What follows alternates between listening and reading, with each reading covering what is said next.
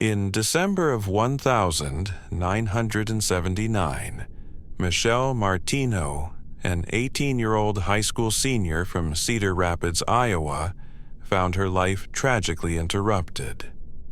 A talented member of her school's choir, she had recently participated in recording festive songs for a local television show, which was scheduled to air on December 20th. The night before the broadcast, Michelle attended a choir banquet at a Cedar Rapids hotel. Later that evening, she phoned her parents to say she was heading to Westdale Mall, a newly opened shopping center, to purchase a winter coat. At approximately 8 o'clock, friends spotted her at the mall, yet she never returned home. When she failed to show up by early morning, her worried parents contacted the police, who, 2 hours later, discovered her car abandoned in the mall's parking lot with her body inside. Michelle had been stabbed multiple times to the chest and face, with defensive wounds on her hands, indicating she had fought desperately for her life. She was fully clothed and had not been sexually assaulted. Medical experts concluded she had died around 9 o'clock the previous night. Meanwhile, the local TV station had no idea she had been murdered. On the morning her body was found, footage of her singing with the choir was still being aired. Initially, the investigation yielded few clues, and soon the case went cold. Over a year later, a significant suspect emerged. On June 16, 1980, 18-year-old Susan Bilo, who had recently moved to Las Vegas, Nevada, was reported missing after she failed to return home from work. Shortly afterwards, another young woman vanished from the same city. 20-year-old Cheryl Daniels disappeared while on a date. Her partner had stepped into a store to buy beer, and upon returning, found her missing from the car. 6 months later, Cheryl's body was discovered in the Utah desert near St. George. She had been sexually assaulted and shot in the head. Near her remains, investigators found a wallet containing a credit card belonging to 30-year-old Stephen Morin and an address written on a slip of paper. When authorities visited the address, they learned that a woman residing there was a co-worker of Susan Bilo, who was still missing. The woman reported that Morin had been stalking her.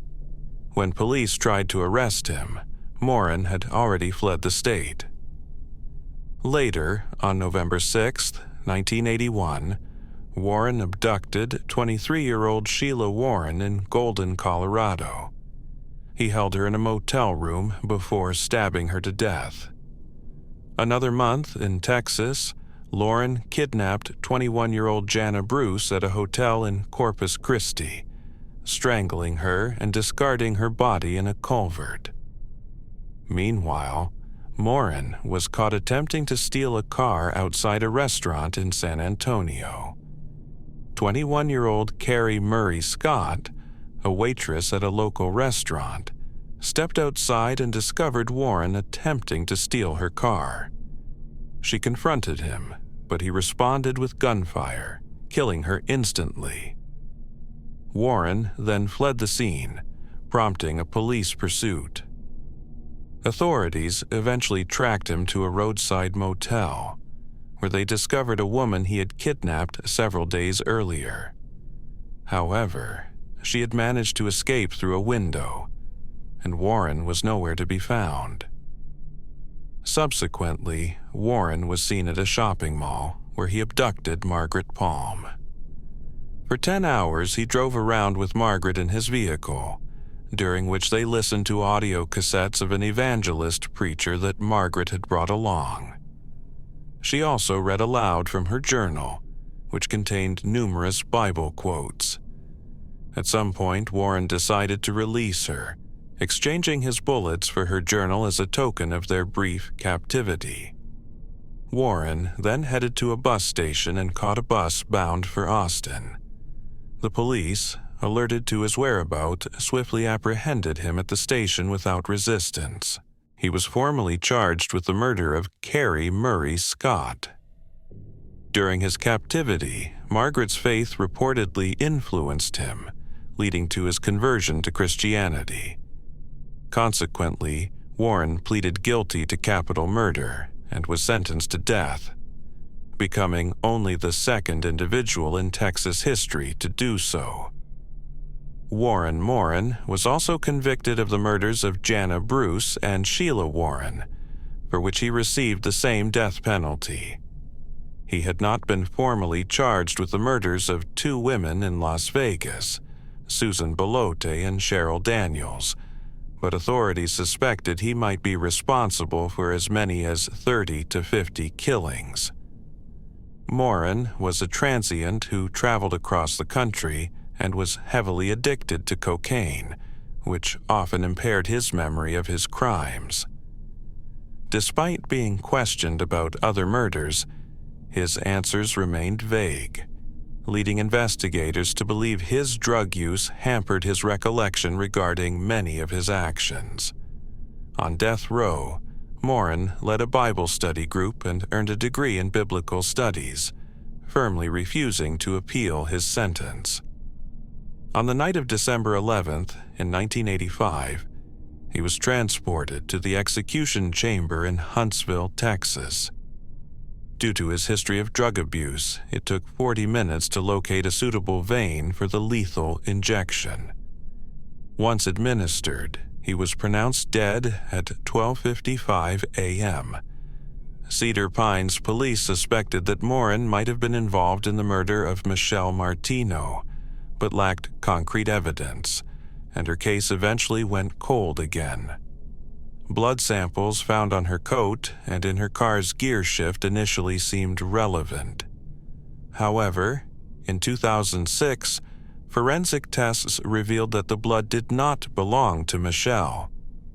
Instead, it was from an unidentified man, likely injured during the attack and leaving his blood behind. In 2018, Parabon Nanolabs conducted a reverse genealogy analysis based on this DNA, hoping to uncover further clues. Paramount Nanolabs, a company specializing in DNA phenotyping, played a crucial role in identifying the Golden State Killer as Joseph James DeAngelo. Their work helped law enforcement narrow the pool of suspects, leading police to focus on a 64-year-old man named Jerry Lynn Burns, who resided in Manchester, Iowa, a small town about 50 miles north of Cedar Rapids. Burns had grown up in Manchester and spent most of his adult life there. At the time of Michelle's murder, he was 25 years old. The police collected a discarded item bearing his DNA, which they compared with genetic material found in Michelle's car, resulting in a positive match. On December 19, 2018, exactly 39 years after Michelle's tragic death, Jerry Burns was detained and charged with first-degree murder. At that time, Burns owned a powder coating business in Manchester. Previously, he had worked at John Deere and co-owned a truck stop just outside the town. Known locally as a friendly and upbeat individual, Burns was well integrated into the community of 5,000 residents. He had one son and two daughters, and his family was utterly stunned by the arrest. Notably, Burns had no prior criminal record. If not for the innovative technique of reverse genealogy, there would have been no obvious reason for the authorities to suspect him of Michelle's homicide. The authorities have not publicly disclosed any motive behind the crime. Following Burns's arrest, residents revisited painful aspects of his life.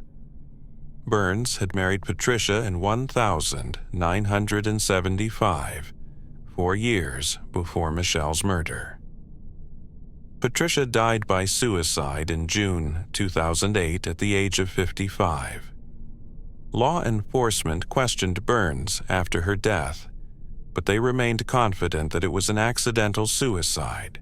Additionally, on December 19, 2013, exact 34 years after Michelle's death, Burns's cousin, 55-year-old Brian Burns, went missing from his home in Manchester and has never been found.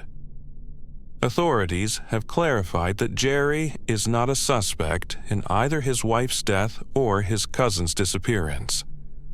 Nevertheless, it is anticipated that Burns will face trial in 2019 for Michelle Martino's murder. Moving to another tragic case, number 2, involves Michelle Welch and Jennifer Bastion. In the spring of 1986, 12-year-old Michelle Welch was a talented girl living in Tacoma, Washington, with her family. She excelled in piano and violin, displaying promise beyond her years. On March the 26th of that year, Michelle took her younger sisters to Puget Park, a short distance from their home. Early in the afternoon, Michelle rode her bicycle home to retrieve lunch for herself and her sisters, then returned to the park. During her brief absence, her sisters needed the bathroom, so they left the park to visit a nearby business. When they came back around 1 o'clock, they found Michelle's bicycle and their sandwiches on a table, but no sign of her. They searched the area but couldn't locate her, prompting them to return home and inform their mother of her disappearance. Her mother contacted the authorities when Michelle disappeared. Later that evening, a search dog uncovered her body in a remote gorge near the park. She had suffered sexual assault, blunt force trauma, and a fatal throat slashing. Approximately 5 months later, a 13-year-old girl named Jennifer Bastion, also residing in Tacoma, was preparing for a cycling tour. On August 4th, she left her family's home riding her bicycle and traveled 30 blocks to Point Defiance Park. When she failed to return that evening, her family alerted the police, prompting a large-scale search. 3 weeks afterward, her body was discovered hidden among the trees along a trail often used by joggers, with her bike lying a few feet away. She had been sexually assaulted and strangled. Both victims, young girls who had visited the same park by bike before they disappeared, were believed to have been killed by the same perpetrator. Initially, the police considered multiple suspects. One was David Pfizer, a man who in 1970 had murdered and sexually assaulted 13-year-old Laura Burbank in Tacoma. Though arrested, the evidence against him was circumstantial, and he pleaded guilty only to second-degree manslaughter, receiving a 20-year sentence. He was placed in a minimum security prison, a facility without fences or walls. In September 1974, Pfizer escaped unnoticed, walking away from confinement. At the time of Michelle and Jennifer's deaths, he was still on the run, and authorities suspected he might have returned to the Tacoma area. A second suspect appeared in May of 1986, about 2 months after Michelle's murder and 3 months before Jennifer's. A man named Robert Washburn contacted police, claiming that on the day Michelle was killed, he was jogging in the same park. He described seeing a man resembling the suspect's sketch, also jogging nearby. After Jennifer's murder, Washburn was interviewed again, confirming that he had been in the same park on the day she went missing. As he had been present at the scenes of both crimes, authorities considered him a potential suspect, but lacked sufficient evidence to charge him.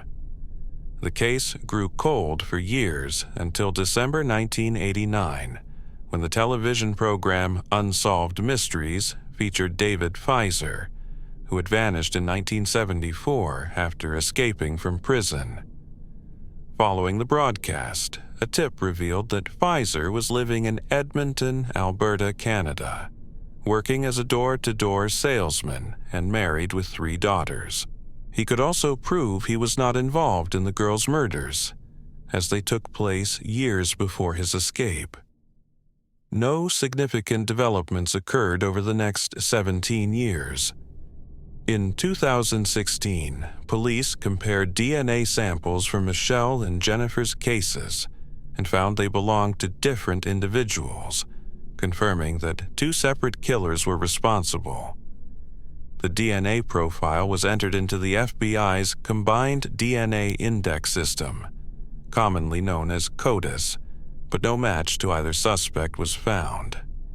Meanwhile, law enforcement tracked down Robert Washburn, who had called the police after Michelle's murder, and he admitted to being present in both parks on the days of the crimes.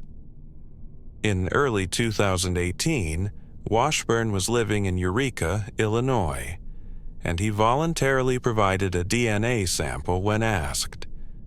The sample matched DNA recovered from Jennifer's murder scene, leading to his arrest and charges of first-degree murder. Despite this breakthrough, the investigators were still uncertain about who had killed Michelle Welch. The case took a new turn when Parabon Nanolabs entered the investigation. Using their technology, they uploaded Michelle's killer's DNA into a genealogy database, uncovering that it belonged to one of 2 brothers residing in Tacoma. Police then monitored the brothers, following both as part of their investigation. In June of that year, officers tracked one of them, 66-year-old Gary Hartman, into a local restaurant. While there, they observed him wipe his face with a napkin, which they collected to analyze DNA. The evidence matched that of Michelle's murderer. On the 20th of June, 2018, Hartman was detained and charged with first-degree murder. Hartman had lived near the area where Michelle was killed, but was initially not considered a suspect or even a person of interest. His connection to the crime emerged only after the reverse geolocation technique identified his residence. He was a married father of 2, working as a registered nurse at Western State Hospital in Lakewood, Washington.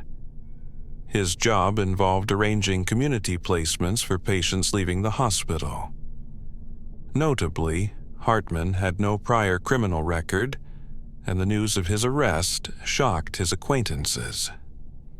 Both Washburn and Hartman faced trial in 2019, and a detective involved in Michelle's case issued a stern warning to anyone who might have left DNA at a crime scene. With reverse genealogy, they would be caught eventually, and surrendering voluntarily was the wisest choice. Arliss Perry, born Arliss Dima on February 22, 1955, in North Dakota, was deeply influenced by her evangelical Christian faith from a young age. She attended high school in Bismarck, North Dakota, participating actively in several Christian groups. In one such group, she met Bruce Perry, who was in her grade. Both graduated from high school in 1973. Arliss then enrolled in a community college in Bismarck, while Bruce moved to Stanford, California, to study pre-med at Stanford University. During their first year apart, Bruce proposed, and Arliss accepted. They married on August 17, 1974, with Arliss taking Bruce's last name. After the wedding, Arliss moved to Stanford to join Bruce while he continued his studies. She found employment as a law firm receptionist. Adjusting to life as a newlywed in a distant city, far from her family and friends, proved challenging at times, but she persevered, building her new life alongside her husband. When she faced stressful times in life, she turned to her faith for solace and strength. On September 17, 1974, The couple's marriage had lasted exactly 8 weeks. That late night, Arlo decided to walk to campus to mail a letter, with Bruce accompanying her.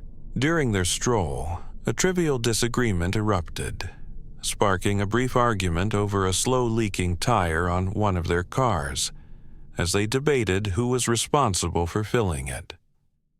Frustrated, Arlo announced she would pray alone at Stanford Memorial Church, which was located on campus.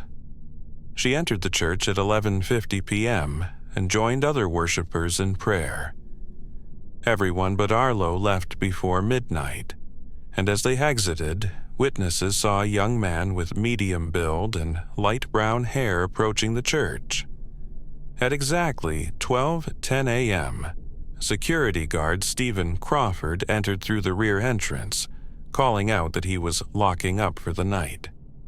He claimed he saw no one inside, so he secured all the doors. Bruce, concerned because Arlo hadn't returned home, arrived at the church at 12:15 but found the doors locked. He then returned to their residence to wait. By 2:00 a.m., Arlo remained missing, prompting Bruce to revisit the church, where he again found the doors shut. As hours passed without news, Bruce grew increasingly worried, and around 3 a.m., he reported her missing to campus police. An officer checked the church but found it securely locked and decided to leave. At 5:40 a.m., Crawford, who had been the one to lock the church overnight, returned to unlock the doors. However, upon approaching a side door, he was struck by an unusual sight. The door had been forced open from within. Inside, Crawford discovered Arlo's body beneath a pew, her face turned upward. She was nude from the waist down with her jeans discarded nearby. Her right hand lay palm down, while her left was tucked under her body around her waist. She had been sexually assaulted with a 24-inch beeswax candle, and another similar candle had been forcefully inserted between her breasts, tearing her bra straps in the process. Bruising was evident around her neck, seemingly caused by the necklace she wore. Initially, authorities suspected strangulation, but an autopsy clarified her true cause of death. She had been stabbed at the base of her skull at a 45-degree angle with a 5.5-inch ice pick, which remained lodged in her head, the handle broken off. The killer had removed the weapon, and it was believed she was not raped. However, police found evidence of semen on a kneeling pillow placed beside her body. During the investigation of Arliss's murder, police discovered a crucial piece of evidence: a palm print left on a candle used to violate the victim. At that point, this print served as the strongest lead in the case. The initial suspect was Arliss's husband, Bruce. His palm was compared with the print on the candle, but there was no match. Bruce willingly underwent a polygraph test and passed, definitively clearing him from suspicion. The next person under scrutiny was Stephen Crawford, the security guard responsible for locking the church where Arliss's body was found. Like Bruce, Crawford's palm print did not match the one found on the candle. He refused to take a polygraph test, but since his print was inconsistent, police had to consider other suspects. One of these was the infamous serial killer Ted Bundy, but investigators confirmed he was elsewhere at the time of the murder, eliminating him from the list. Despite ruling out most likely suspects, the authorities remained clueless about who actually committed the crime. Given that the murder occurred inside a church, some speculation arose, suggesting satanic or occult motives. However, early in the investigation, police emphasized that there was no evidence indicating involvement of Satanists or occult groups. One detective remarked that it simply happened in a church, while another suggested the crime resembled that of a sexual psychopath rather than a ritual murder. Yet, rumors persisted, fueled by sensationalist theories and conspiracy theories that propagated the idea of a satanic or occult killing. In 1979, these rumors gained even more weight when David Berkowitz, known as the Son of Sam, or the .44 caliber killer, sent a package to investigators in North Dakota. Berkowitz, serving time in New York for multiple murders, included in the package a copy of Peter Haining's book, The Anatomy of Witchcraft. In its margins, Berkowitz wrote a chilling note mentioning Arliss Perry, claiming she was hunted, stalked, and slain, and urged investigators to contact the Santa Clara Sheriff's Office in California to find out what happened to her. The police interviewed Berkowitz, but no charges or leads emerged from this encounter. In 1987, journalist Maury Terry published a controversial book titled The Ultimate Evil. Terry claimed that Arliss's murder was orchestrated by a satanic cult based in Bismarck, North Dakota. He alleged that the cult's founder was Manson II, a supposed former member of the Manson family. Terry further asserted that the murderer was not Arliss's husband, Bruce Perry, but another man named Bruce Perry, supposedly connected to the cult. Despite the sensational claims, law enforcement maintained their stance that the murder bore no relation to Satanism or the occult. For many years, the case remained unresolved, with little progress. As DNA testing became more widespread, authorities sought to identify the killer through genetic evidence. Bruce Perry, now a doctor, voluntarily provided a DNA sample, offering a new potential lead in the cold case. In 2018, advances in DNA technology finally enabled investigators to generate a profile from genetic material found at the crime scene. Previously, while authorities had collected a sample that contained Stephen Crawford's DNA, they lacked the means to link it definitively to the murder.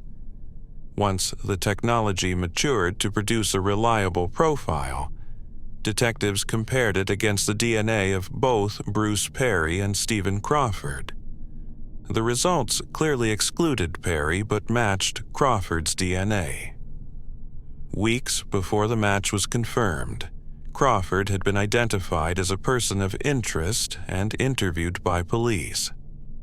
On the morning of June 28th, officers arrived at Crawford's apartment, announcing a search warrant. Receiving no response, they entered to find Crawford seated on his bed, clutching a firearm.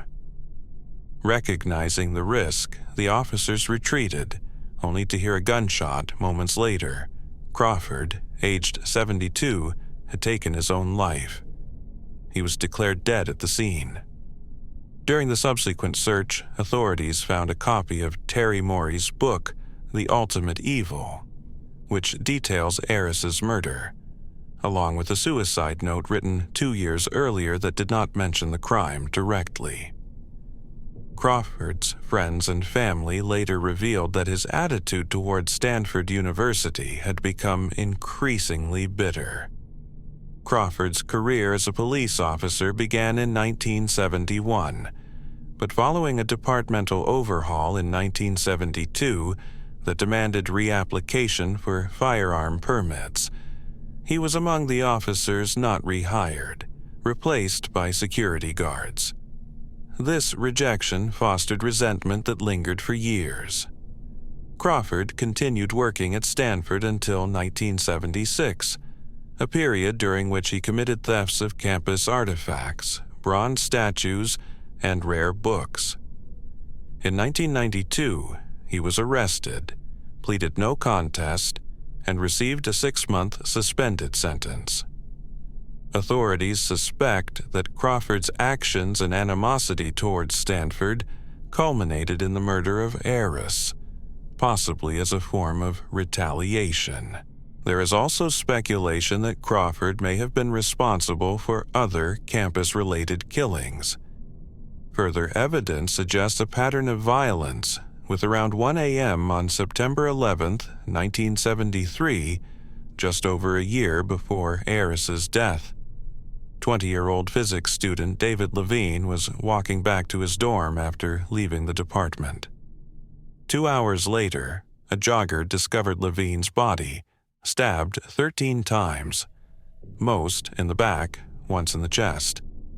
Then, approximately 7 months prior to Eris's murder, on the evening of March 24, 1974, 21-year-old Janet Dan Taylor, daughter of Stanford's former athletic director, was visiting friends on campus when she was killed. She was last seen standing at a campus intersection, hitchhiking home. The next morning, her body was discovered by a milk truck driver about 3 miles from the university. It was lying in a ditch on land owned by Stanford University. Although fully clothed, she was missing her raincoat, belt, and shoes, which had been scattered along the road nearby. The cause of death was strangulation, prompting investigators to consider whether Stephen Crawford might have been involved in her murder. For now, authorities were satisfied that after 44 years, this case could finally be closed. Moving to a different case, we recall the tragic murders of 20-year-old Jay Cook and 18-year-old Tanya Van Cuylenborg in Victoria, British Columbia. The young couple began dating in March 1987, and half a year later, planned their first overnight trip. On the 18th of November that year, they borrowed Cook's father's van to drive to Seattle for some camping, intending to return the following day. When they failed to arrive home that evening, their families contacted the police. It was confirmed that they had crossed to Seattle via ferry, but what happened after they disembarked remained a mystery.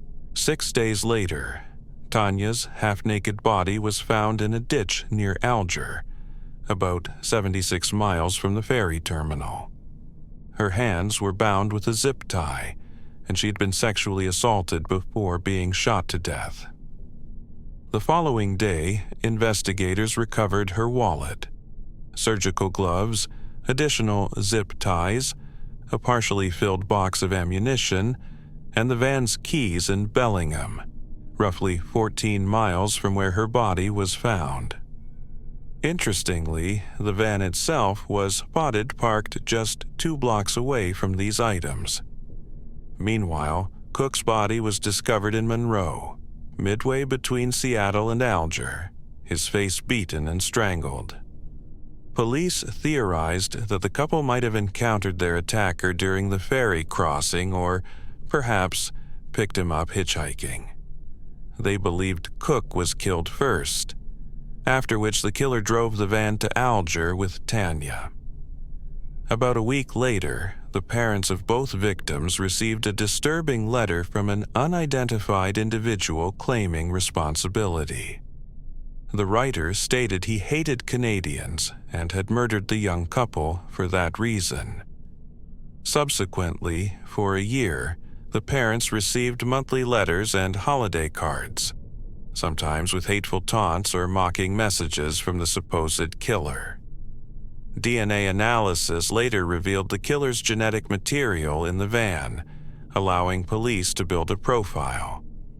However, by 2010, DNA from the letters did not match the profile from the van, leaving the case unresolved.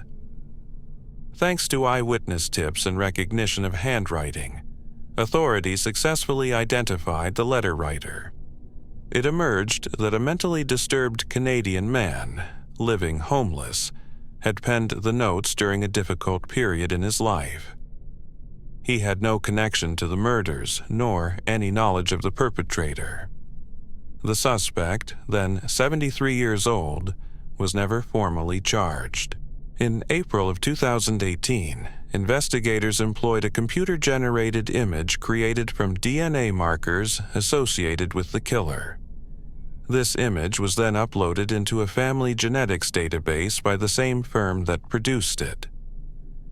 The search revealed the suspect's second cousins, prompting the authorities to reconstruct their family trees.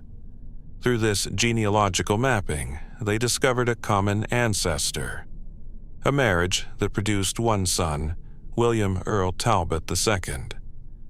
Residing in Seattle and working as a truck driver for about 3 decades, William was 24 at the time of the crimes.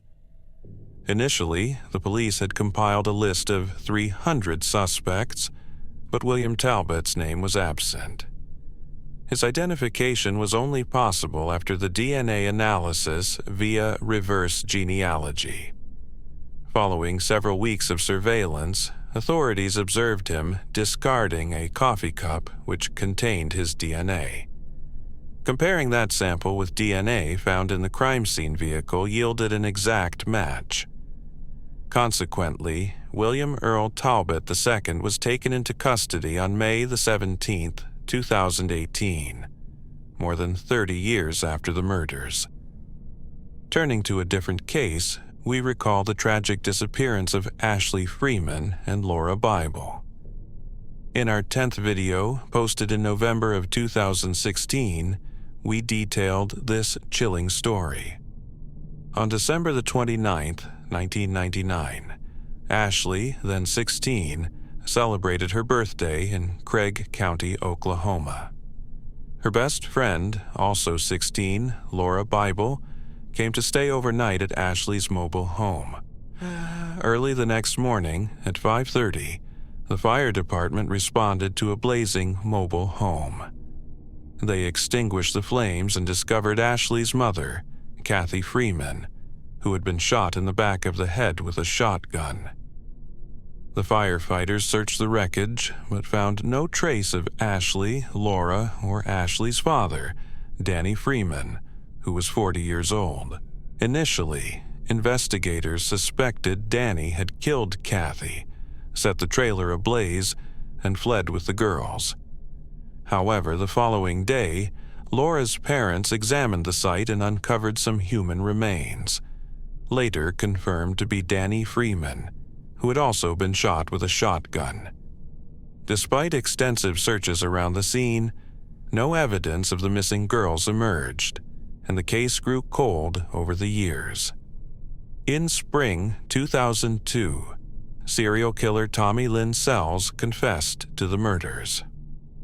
At the time of his confession, Sells was on death row in Texas, awaiting execution for a different murder committed just 2 days before Kathy and Danny's deaths, and at a time when the girls were still missing. A 13-year-old girl named Con Harris was tragically murdered during a home invasion in Del Rio, Texas, when an assailant broke into a trailer house. The attacker stabbed Con to death and also slit the throat of her sleeping friend, 10-year-old Crystal Searles, who survived the attack. Crystal later identified the perpetrator from a photo lineup. The suspect, known as Sells, was swiftly arrested and subsequently convicted. In November of 2000, he received the death sentence. Over nearly 2 decades, from 1980 until his arrest in early 2000, Sells lived as a drifter and is believed to have murdered more than 22 individuals, including men, women, and children. His method usually involved breaking into homes where he was invited in, then killing every person inside. In other cases, such as with Ka, he murdered children while they slept, leaving their bodies for their families to discover in the morning. Although Sells initially confessed to the murders of the Freemans and the kidnapping of Ashley Laura, he later recanted these confessions. Ultimately, he was executed in 2014 for the murder of Con Harris. Another suspect linked to the same double homicide and kidnapping was Jeremy Jones, a known serial killer. Jones was apprehended on September 19th of 2004, just 2 days after he sexually assaulted and shot to death Lisa Nichols, 45, in Turnersville, Georgia. Following the shooting, after firing 3 times into her head, Jones set her body on fire. He was arrested after using Nichols' cell phone to contact his girlfriend. In custody, Jones admitted that he had killed Lisa Nichols while under the influence of methamphetamine. He also claimed that Nichols was not his only victim, asserting in a convoluted confession that he had murdered 21 people across 6 states, including the Freemans and Laura Bible. He explained that he killed the parents over a drug debt before taking the girls to an abandoned Kansas mine, where he shot them, although authorities found no trace of the girls' remains. Jones later recanted his confession and was convicted for the murder of Lisa Nichols, receiving the death penalty.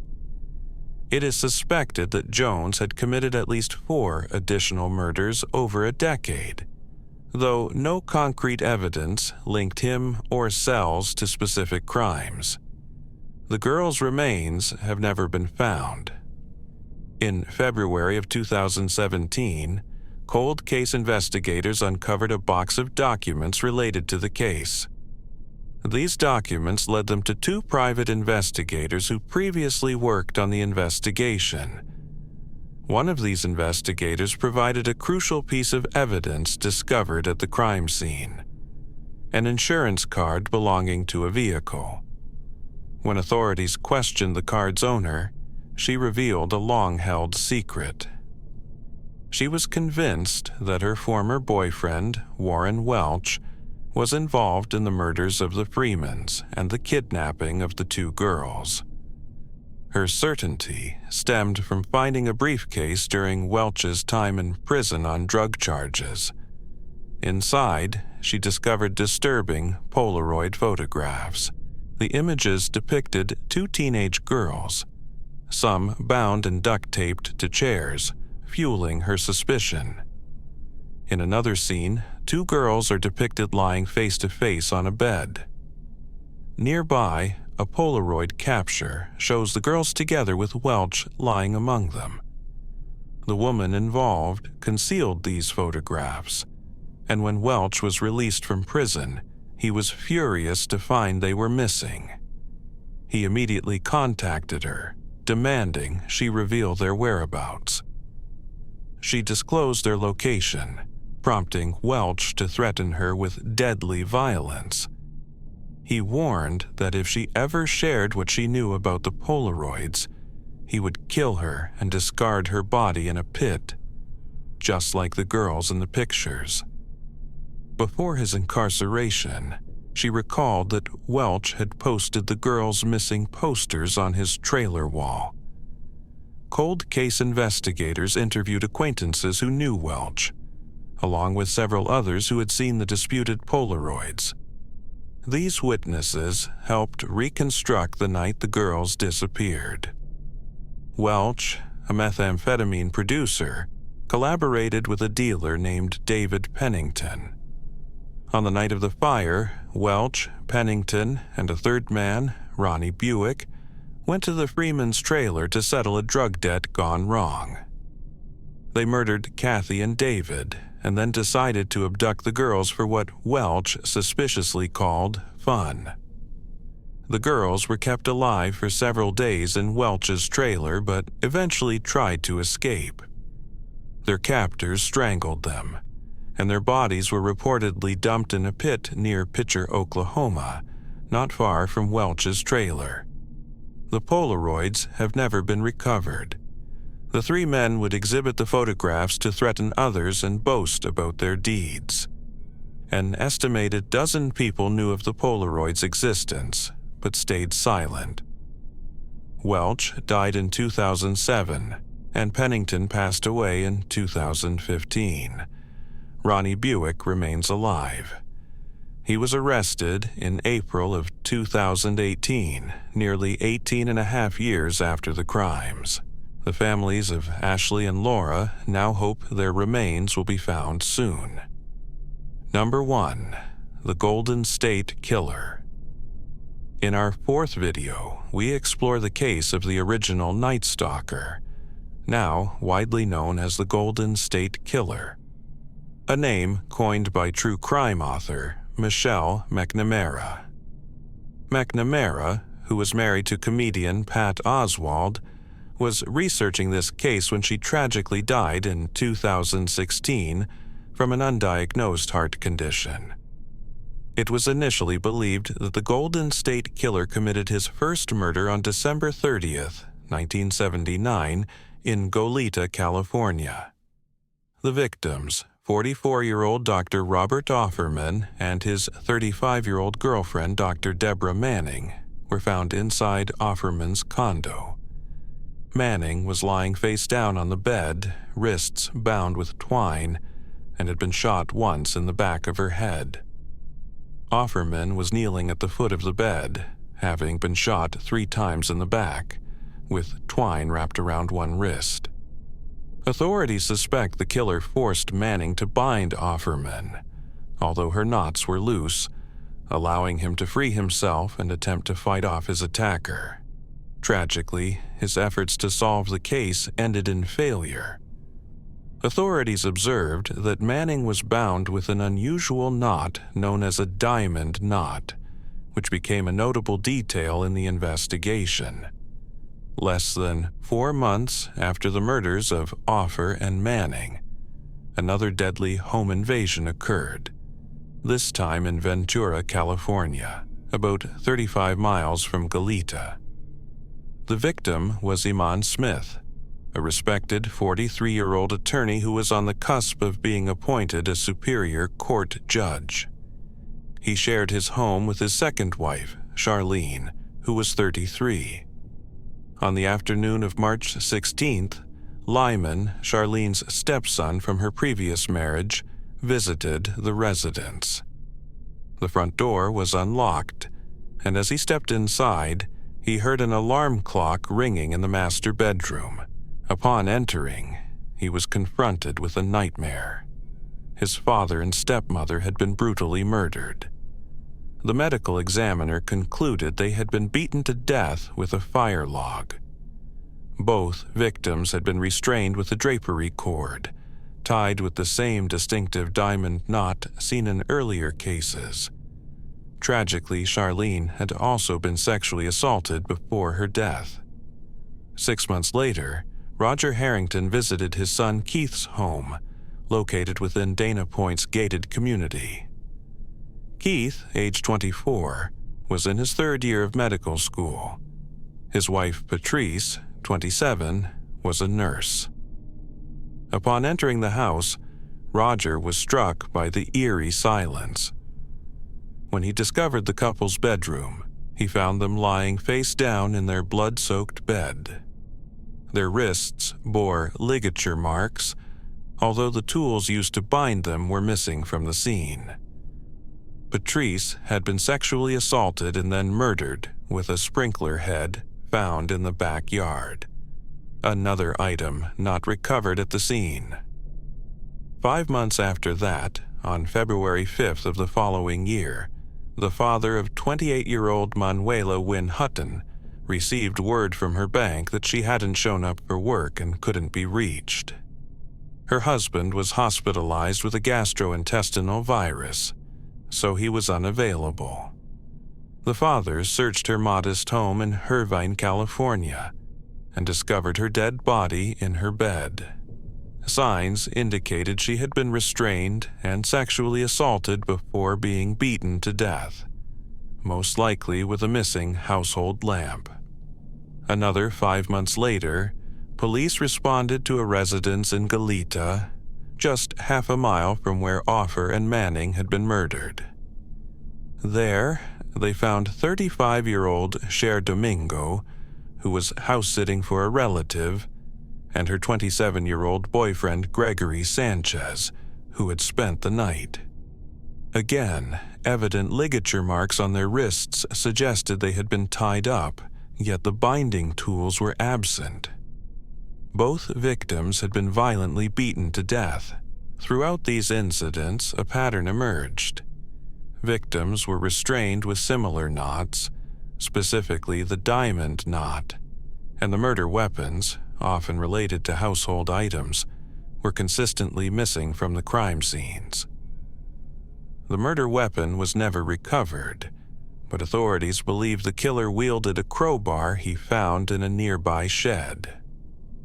On May 4, 1989, approximately 5 years after the last couple was murdered, 18-year-old Janelle Cruz was home alone in her family's residence in Irvine, California. Her family was away on vacation, but Cruz had stayed behind, unable to take time off from her job at a local pizzeria. That evening, she had a friend visiting, and together they heard a peculiar noise coming from the backyard. Peering out the window, they saw nothing suspicious and assumed it was merely an animal. Shortly afterward, they heard sounds from the garage. Cruz dismissed it as the washing machine operational noise. Around 10:45 p.m., her friend left, leaving Cruz alone in the house.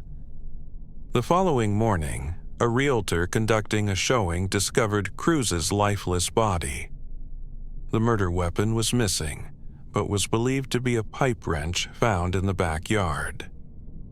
After Cruz's murder, the series of killings suddenly halted. Since 10 victims were murdered over a span of 200 miles, it took police considerable time to realize all these crimes were linked to a single perpetrator. Eventually, investigators recognized uncanny similarities in the cases. The killer appeared to target middle to upper-class couples, often entering homes through unlocked doors or by prying open sliding patio entries. Most victims were restrained and then killed with a tool found nearby, suggesting a pattern. This unidentified perpetrator became known as the original Night Stalker. By the late 1990s, authorities had not caught him, but the case saw some breakthroughs. Investigators suspected this murderer was responsible for more than the 10 homicides. They linked him to a series of 45 sexual assaults in the regions east of Sacramento, California. These assaults began in March of 1976 and ceased around the time the murders started. Both crimes shared striking similarities. Many victims, including couples, were restrained with a diamond knot. The assailant often attacked residents inside their homes, forcing both partners to stay bound while he assaulted the woman, sometimes subjecting them to psychological torment. For instance, balancing a stack of dishes on the man and threatening to kill both if it fell, forcing him to watch helplessly as his partner was raped. This criminal became known as the East Area Rapist. In addition to the 45 sexual assaults, law enforcement believed he was responsible for at least one double homicide. On February 2nd, 1978, 21-year-old Ryan Majori and his 20-year-old wife, Katie, were walking their dog near their residence in Rancho Cordova when they were confronted by a man armed with a gun and wearing a ski mask. The masked attacker led the victims into a neighbor's backyard, where their attempt to escape ended tragically, with both shot dead, Ryan in the chest and Katie in the head. In 2001, investigators compared DNA evidence from the East Area Rapist with that of the original Night Stalker, revealing they were the same individual. Yet, the DNA failed to match anyone in existing databases. For years, law enforcement agencies, the FBI, journalists, and true crime authors worked tirelessly to identify the Golden State Killer. Publicly released sketches, purported letters, pages from a notebook found near a crime scene, and recordings of phone calls he might have made, like a 1,977 message left on a woman's answering machine saying, "Going to kill you," all sought to generate leads. Despite this, no arrests resulted. Then, Contra Costa County investigator Paul Holes utilized consumer DNA databases, uploading the killer's DNA into a platform called GEDmatch. He identified roughly 20 distant relatives, enabling him to trace family lines back to a common ancestor, great-great-grandparents from the 1800s. From these clues, his team constructed 25 family trees searching for a man around the killer's age. This detective work led to Joseph James D'Angelo, a 72-year-old resident of Citrus Heights, a suburb of Sacramento. D'Angelo appeared to be a promising suspect because he was a former police officer, serving from 1976 to 1979, during the period when the East Area Rapist was active. His police career ended in 1979, after he was caught shoplifting dog repellent and a hammer. Records also showed he bought 2 firearms shortly before the Golden State Killer used guns in his murders. Authorities tracked D'Angelo's movements, and eventually police observed him entering a Hobby Lobby. While there, they collected a DNA sample from his car's door handle and another from a trash can outside his home. Both matched the killer's DNA. On April 27, 2018, D'Angelo was arrested and charged with 8 murders, with additional charges anticipated. Beyond connecting him to 45 sexual assaults and 12 murders, investigations linked D'Angelo to other crimes and a 13th homicide. Between March 1974 and late 1975, before the killer's sexual assault rampage began, D'Angelo is believed to have broken into over 100 homes in Ecelia, California, ransacking the properties and stealing small items. Before his identification, the perpetrator was known as the Vicelli Ransacker. On the evening of September 11, 1975, as D'Angelo's reign of terror as the ransacker drew to a close, a chilling incident occurred in Visalia.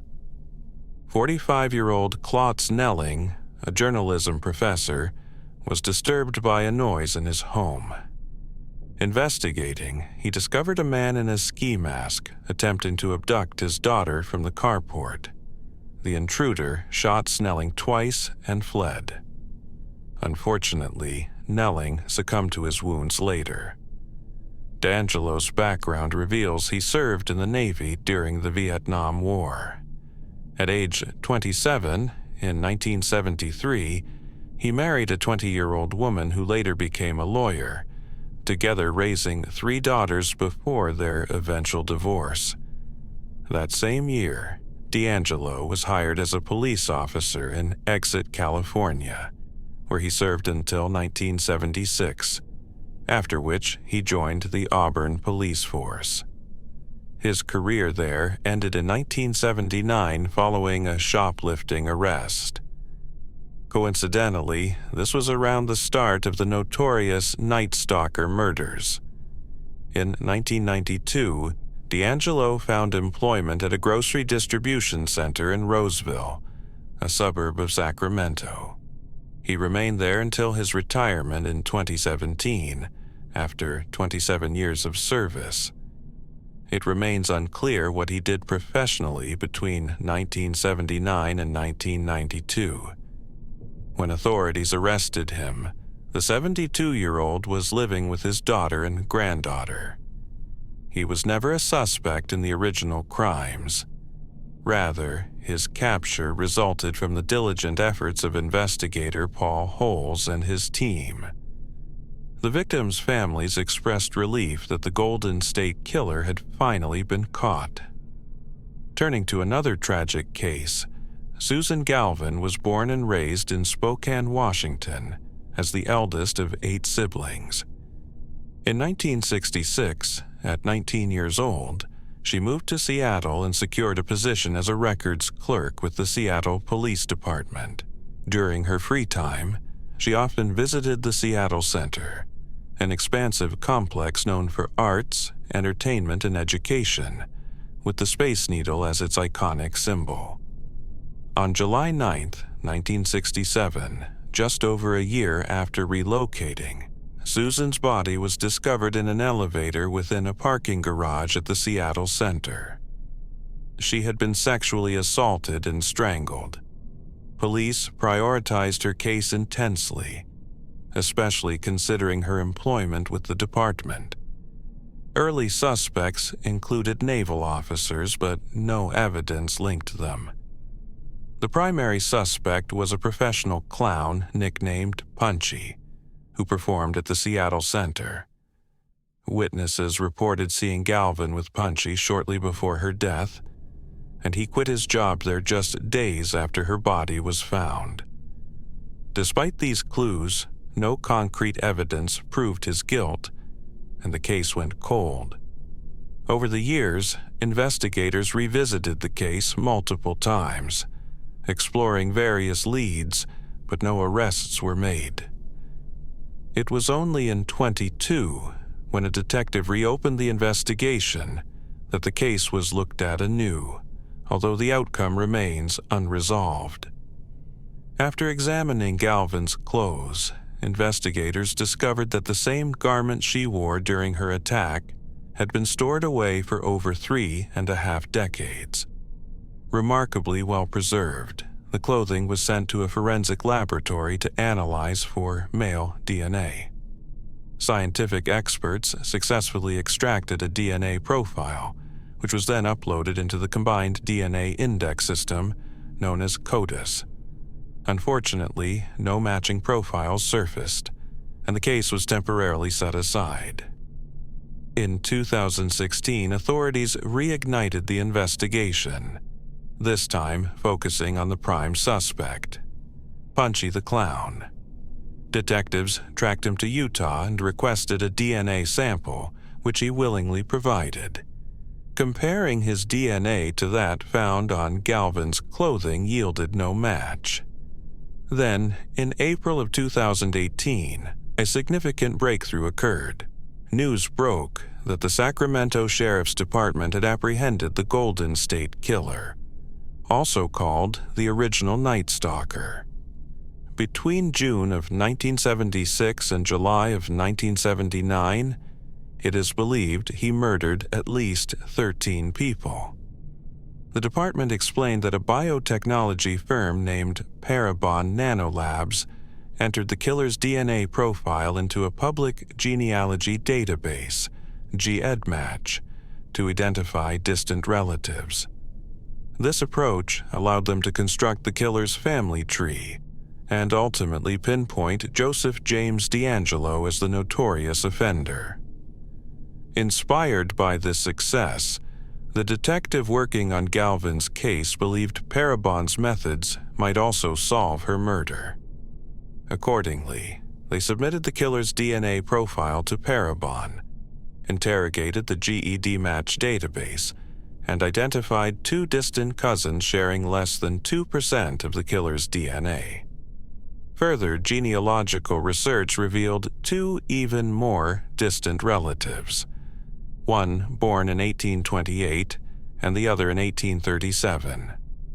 Piecing together the familial connections led to a man named Frank Whippage, who became a prime suspect. Whippage, born in Seattle, was 26 when Galvin was murdered and had been living locally at the time, working as a security guard at the Seattle Center. He had a wife, a young son, and had welcomed another son 2 years later. A significant obstacle arose. Whippage had died 32 years earlier, at the age of 46, from complications related to diabetes. Despite this, in early 2019, the investigators contacted a close relative of whippage and requested a DNA sample. The relative volunteered, providing a crucial piece of evidence to advance the case. Their DNA was then compared to that of Galvin's murderer. The match was sufficiently close to allow the authorities to obtain a court order for the exhumation of Whip's remains. In February of 2019, his bones were dug up and sent for DNA analysis. On April 12th of that year, investigators received confirmation that Whip's DNA matched that of Galvin's killer. Soon after, the Seattle Police Department announced publicly that the decades-old case of Susan Galvin's murder had finally been solved. The revelation stunned Whip's family, who had been unaware of his crimes.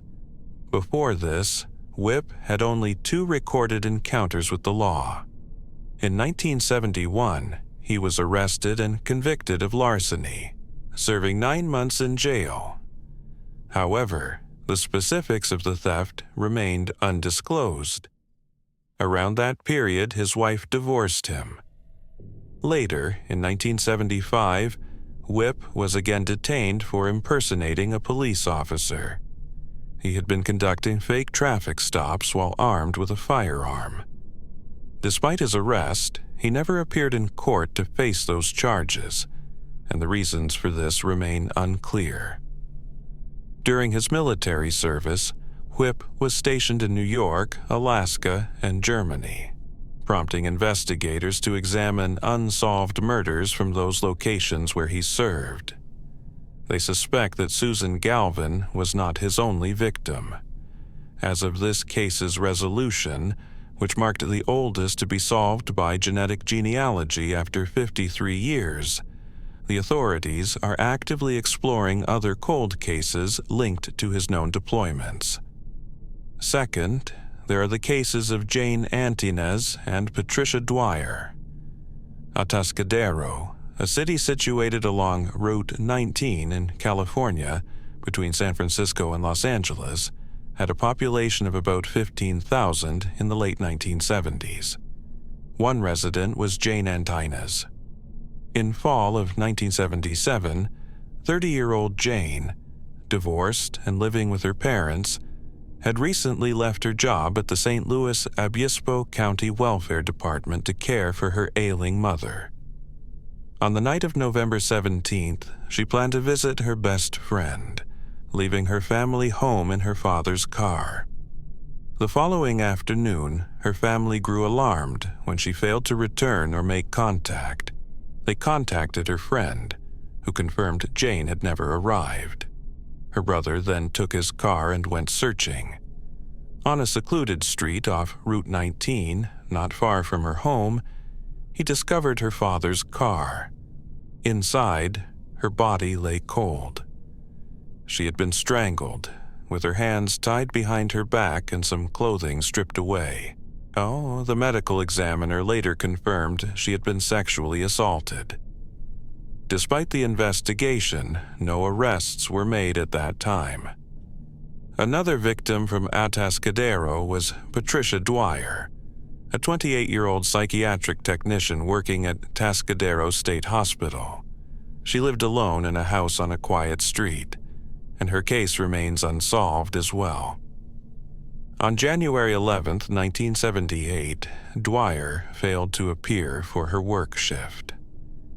That afternoon, a friend visited her home and made a shocking discovery. Dwyer's partially clothed body lay on the floor, evidencing she had been stabbed once in the chest with a kitchen knife. Her hands were tied behind her back, and the medical examiner later confirmed she had been sexually assaulted. Authorities believed the 2 murders were connected, primarily because they occurred within a span of less than 2 months and shared striking similarities. Both victims were white women with dark hair, close in age, with hands bound behind their backs, and both had been killed with a knife after sexual assault. Investigators suspected that Dwyer knew her attacker, as there was no sign of forced entry at her home. Her friend reported she always kept her doors locked and never invited strangers inside. It was inferred that she might have let her killer into her house, while Antonez's killer could have gained access to her vehicle, perhaps after a ride offer.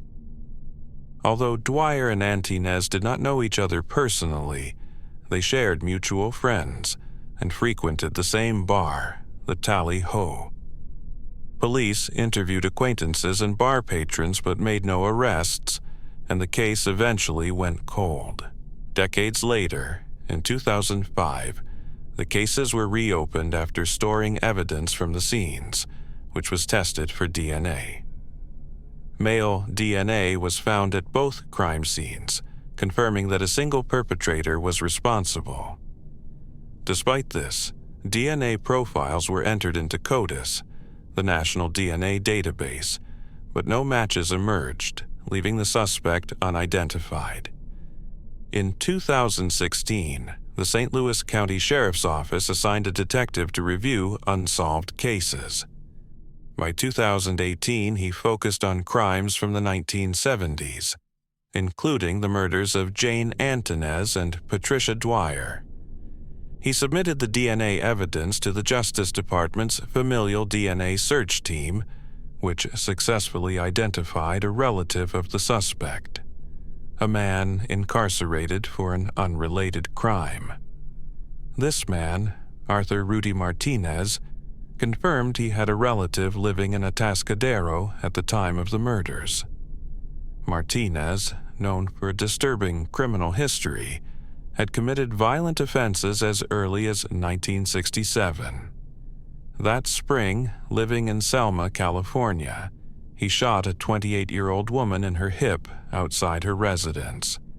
Shortly afterward, he robbed a 16-year-old girl, shooting at her but missing. Less than a month later, on June 21, 1967, Martinez broke into a closed store, assaulted the owner, a 48-year-old woman, and then shot her in the head. Remarkably, the woman survived the gunshot. Several hours later, Martinez was apprehended in a cafe. In November of '67, he pleaded guilty to both sexual assault and attempted murder, receiving a sentence ranging from 1 to 50 years. He served approximately 10 years before being paroled. After his release, Martinez moved to Atascadero, a decision made about 6 or 7 months prior to Jane Antonez's murder. He left Atascadero just days after Dwyer's killing. At the time of the crimes, police briefly suspected Martinez due to his parole for a violent offense, but lacked evidence linking him directly to the murders. After leaving Atascadero, he traveled to Spokane in Washington, where he committed multiple sexual assaults and robberies. His crimes led to his arrest, and in November of '78, he was sentenced to life imprisonment. In 1994, after serving roughly 15 years, Martinez escaped from prison. Upon his escape, he returned to the Fresno area and assumed a false identity. Then, in 2014, almost 20 years later, he voluntarily surrendered to authorities in Spokane. At that point, Martinez was battling cancer, believing he might receive better medical treatment in prison. Approximately 2 months after turning himself in, he died behind bars, just a week shy of his 66th birthday. Allegedly, Martinez never confided, even on his deathbed, that he had killed the 2 women. Since he had been deceased for nearly 5 years, cold case investigators faced a challenge. They could not obtain DNA evidence directly from Martinez. Instead, they located the woman he had been living with in hiding, who surprisingly still kept one of his razors in her bathroom. She provided it to detectives who tested the blade for DNA. The results matched the DNA profile of the killer. In April of 2019, the sheriff's office announced that after 41 years, the murders of Jane Antonas and Patricia Dwyer had finally been solved. Turning to another case, Janet Ann Taylor, or Chuck Taylor as he was known, built an impressive professional legacy, especially at Stanford University. In the early 1940s, he played as a guard on the university's football team, which remained undefeated in 1940. The following year, the team won the Rose Bowl. By 1942, when Chuck was a senior, he earned All-American honors. 9 years later, in 1951, he became head coach at Stanford. The next year, he received the prestigious AFCA Coach of the Year award, becoming its youngest recipient at age 31. Taylor led the football team until 1957, then took the position of head of athletics at Stanford in 1963, a role he held until 1972 when he retired. He and his wife, along with their 3 children, resided in Atherton, California, a wealthy suburb near the campus. Chuck's youngest daughter was Janet Ann Taylor, who graduated from high school in 1970. Shortly after, she attended Canada College in Redwood City, California. In March of that year, Janet secured a job as an office worker at a weather forecasting service in Palo Alto, not far from her family home. Around the same time, her car broke down, and despite warnings, she continued to hitchhike to get around. On the evening of March 24th, she visited a friend on Stanford University's campus. Although her friend offered her an overnight stay, Janet declined, explaining she needed to return home to feed her 2 dogs. She left her friend's house and was last seen hitchhiking at an intersection near the campus, heading in the direction of her home. The following morning, a milk truck driver on a side road about 3 miles from Stanford spotted something unusual in a ditch. The road was on Stanford property. Upon investigation, he discovered the lifeless body of a young woman. Police arrived quickly and confirmed her identity as 21-year-old Janet Ann Taylor. The medical examiner concluded she had been strangled, likely with her bare hands or possibly with her turtleneck sweater. Janet's clothing was mostly intact, except for her belt, shoes, and raincoat, which were scattered along the same road where her body lay. The autopsy revealed she had not been sexually assaulted. Despite being a high-profile case, the authorities made no immediate arrests. Janet's murder occurred amidst a series of violent crimes linked to Stanford University. The first of these happened just over a year earlier. In February of 1973, Leslie Marie Pearl, a 21-year-old Stanford graduate, worked as a law library clerk near the campus. She lived with her widowed mother in Los Altos Hills. On February 13th, Leslie went to work as usual but never reached home afterward. Her car was abandoned near a quarry about 2.5 miles from her workplace. 3 days later, her body was found beneath an oak tree in the Stanford foothills area known as The Dish, strangled with her own scarf, which was still wrapped around her throat. Though her skirt was pulled up, she was not sexually assaulted. 7 months later, at around 1 a.m. on September 11th, 1973, 20-year-old physics student David Levine left the Stanford physics department to walk back to his dormitory. 2 hours later, his body was discovered by a jogger on campus. In the span of half a year, a series of chilling murders unfolded around Stanford University, each case remaining shrouded in mystery for decades. The first victim was assaulted with 13 stab wounds. 6 months later, in March of 1974, Shannon Taylor was strangled to death shortly after leaving the campus. Just 7 months after that, on the night of October 11th, 1974, Arliss Perry, a 19-year-old woman and wife of a Stanford student, visited the Stanford Memorial Church on campus. She failed to return home that night, and her body was discovered the next morning on the church floor. Although signs indicated she had been strangled, her actual cause of death was a stab wound inflicted with an ice pick. The weapon was deeply embedded in the back of her head, with its handle broken off and missing, only the metal still embedded in her skull. The killer removed the handle before fleeing. Nearby, investigators found a pillow with semen on it, adding to the unsettling evidence. For many years, all 4 murders remained unsolved, classified as cold cases, with some speculation suggesting they might have been committed by a single perpetrator. Despite the lingering questions, no arrests were made, leaving the identity of the killer unknown. A significant breakthrough occurred in June of 2018. The suspect most closely linked to Perry's murder was Stephen Crawford, a campus security guard who had been the one to find Perry's body. That month, authorities re-interviewed Crawford and labeled him a person of interest. When asked for a DNA sample, he refused, prompting the police to follow him and collect evidence from an object he discarded, an item that yielded his DNA upon analysis.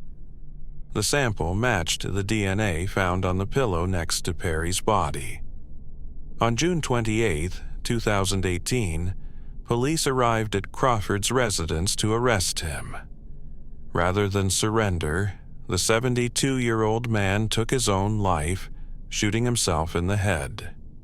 Crawford's criminal history was minimal.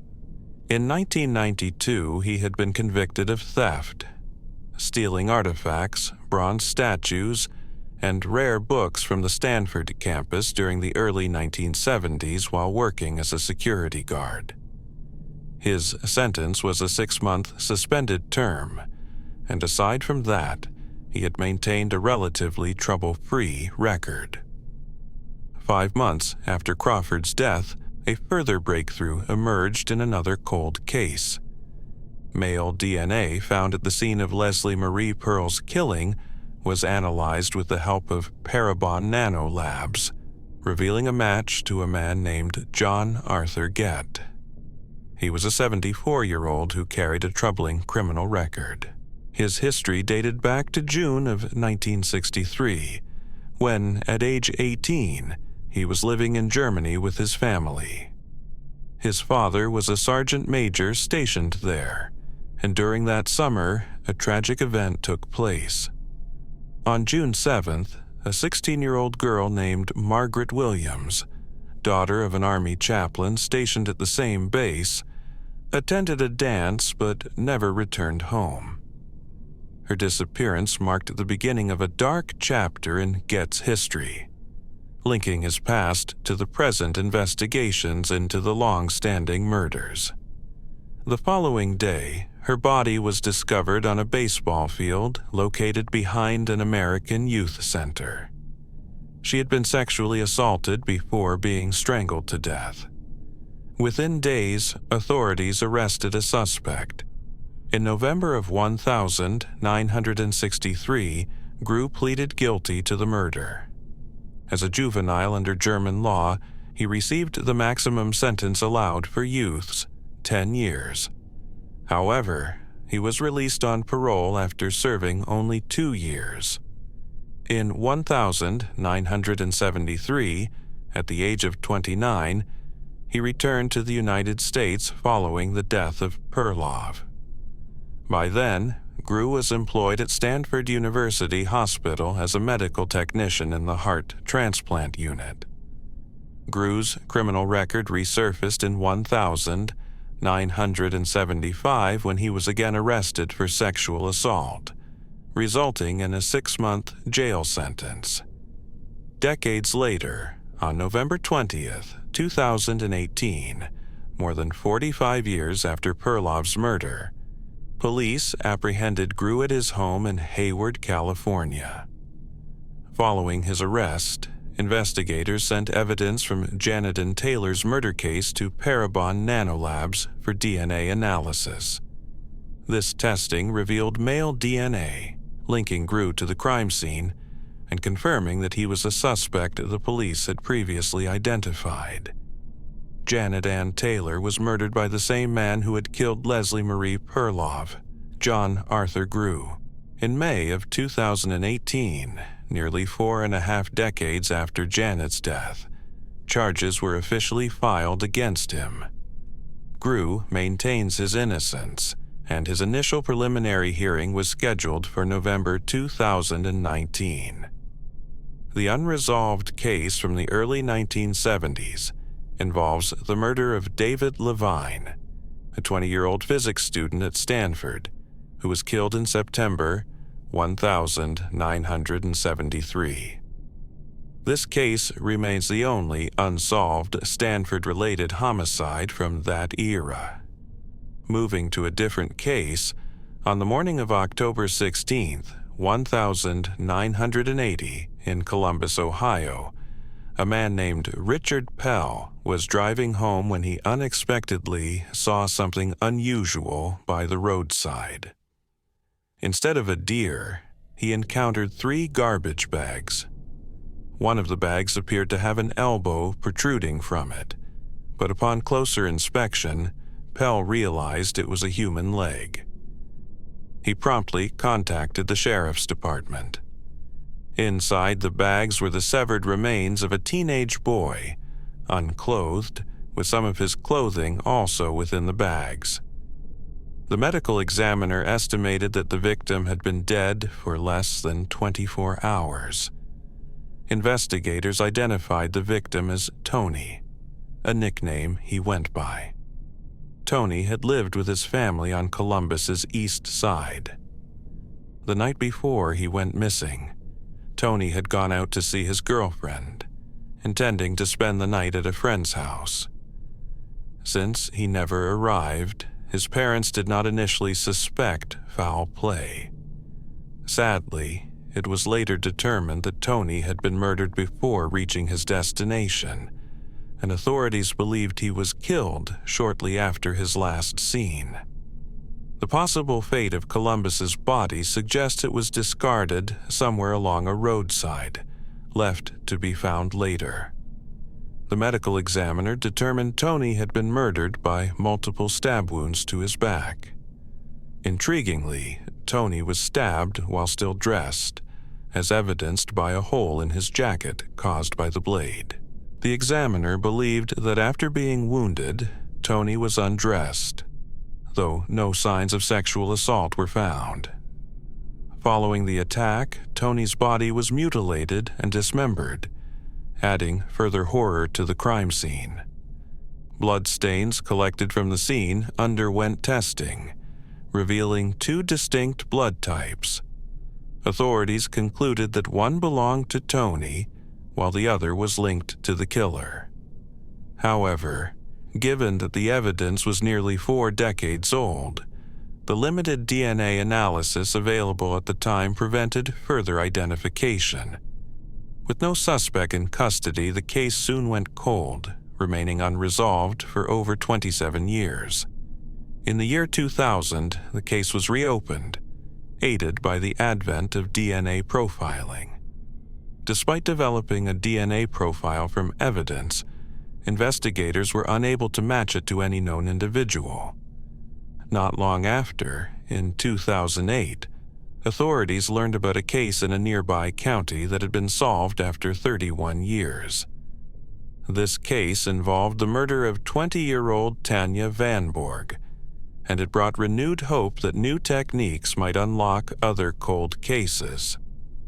The breakthrough came through forensic genealogy, a method that uses genetic data to trace family lineages. By comparing the DNA profile to online databases, scientists identified distant relatives of the unknown suspect. Tracing these familial connections led to the eventual identification of the murderer, William Earl Telb, in June 2008. Telb, who was convicted of the crime, received 2 life sentences. Investigators, working alongside Parabon Nanolabs, continued to refine their evidence, ultimately narrowing the suspect pool to 3 brothers by April 2020.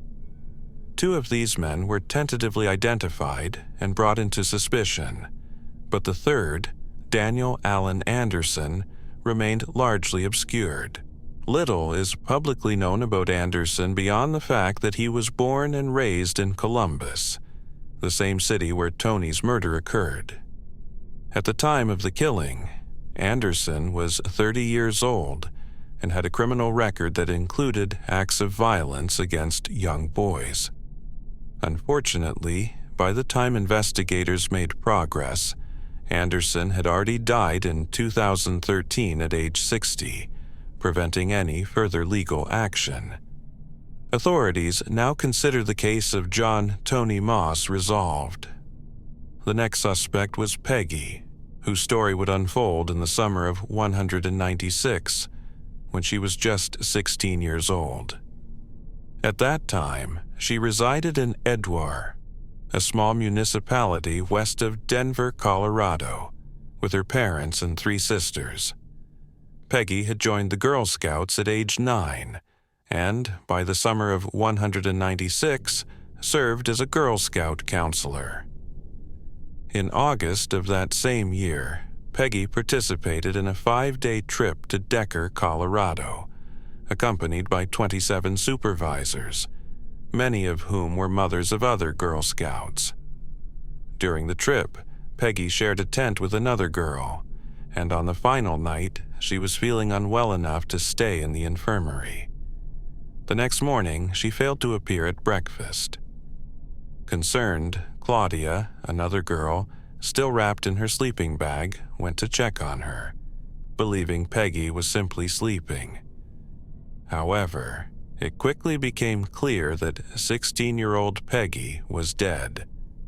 Initial reports indicated that Peggy's death was due to natural causes, and since it was the last day of camp, officials chose to keep her passing under wraps, allowing the other campers to pack up as usual. 8 hours later, the sheriff's department was notified. When Peggy's body was finally recovered from her sleeping bag, authorities made a disturbing discovery. Her leotards and underwear had been torn. An immediate autopsy revealed a brutal reality. Peggy had been murdered, sexually assaulted, and strangled. The medical examiner noted she had put up a fight. Her fingernails were broken, evidence of a struggle. Detectives collected DNA samples from under her nails, and the FBI was brought in to assist.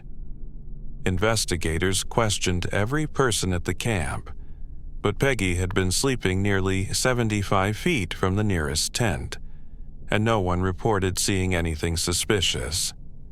Over the years, the case appeared to go cold, and with no new leads, it was largely forgotten. Decades later, in 2007, the case was reopened. Renewed efforts were made to find the truth, and justice once again became a possibility. Remarkably, evidence scraped from beneath Peggy's fingernails was preserved and analyzed, enabling investigators to obtain a DNA profile of her attacker. Despite this, no match was immediately found in the DNA databases.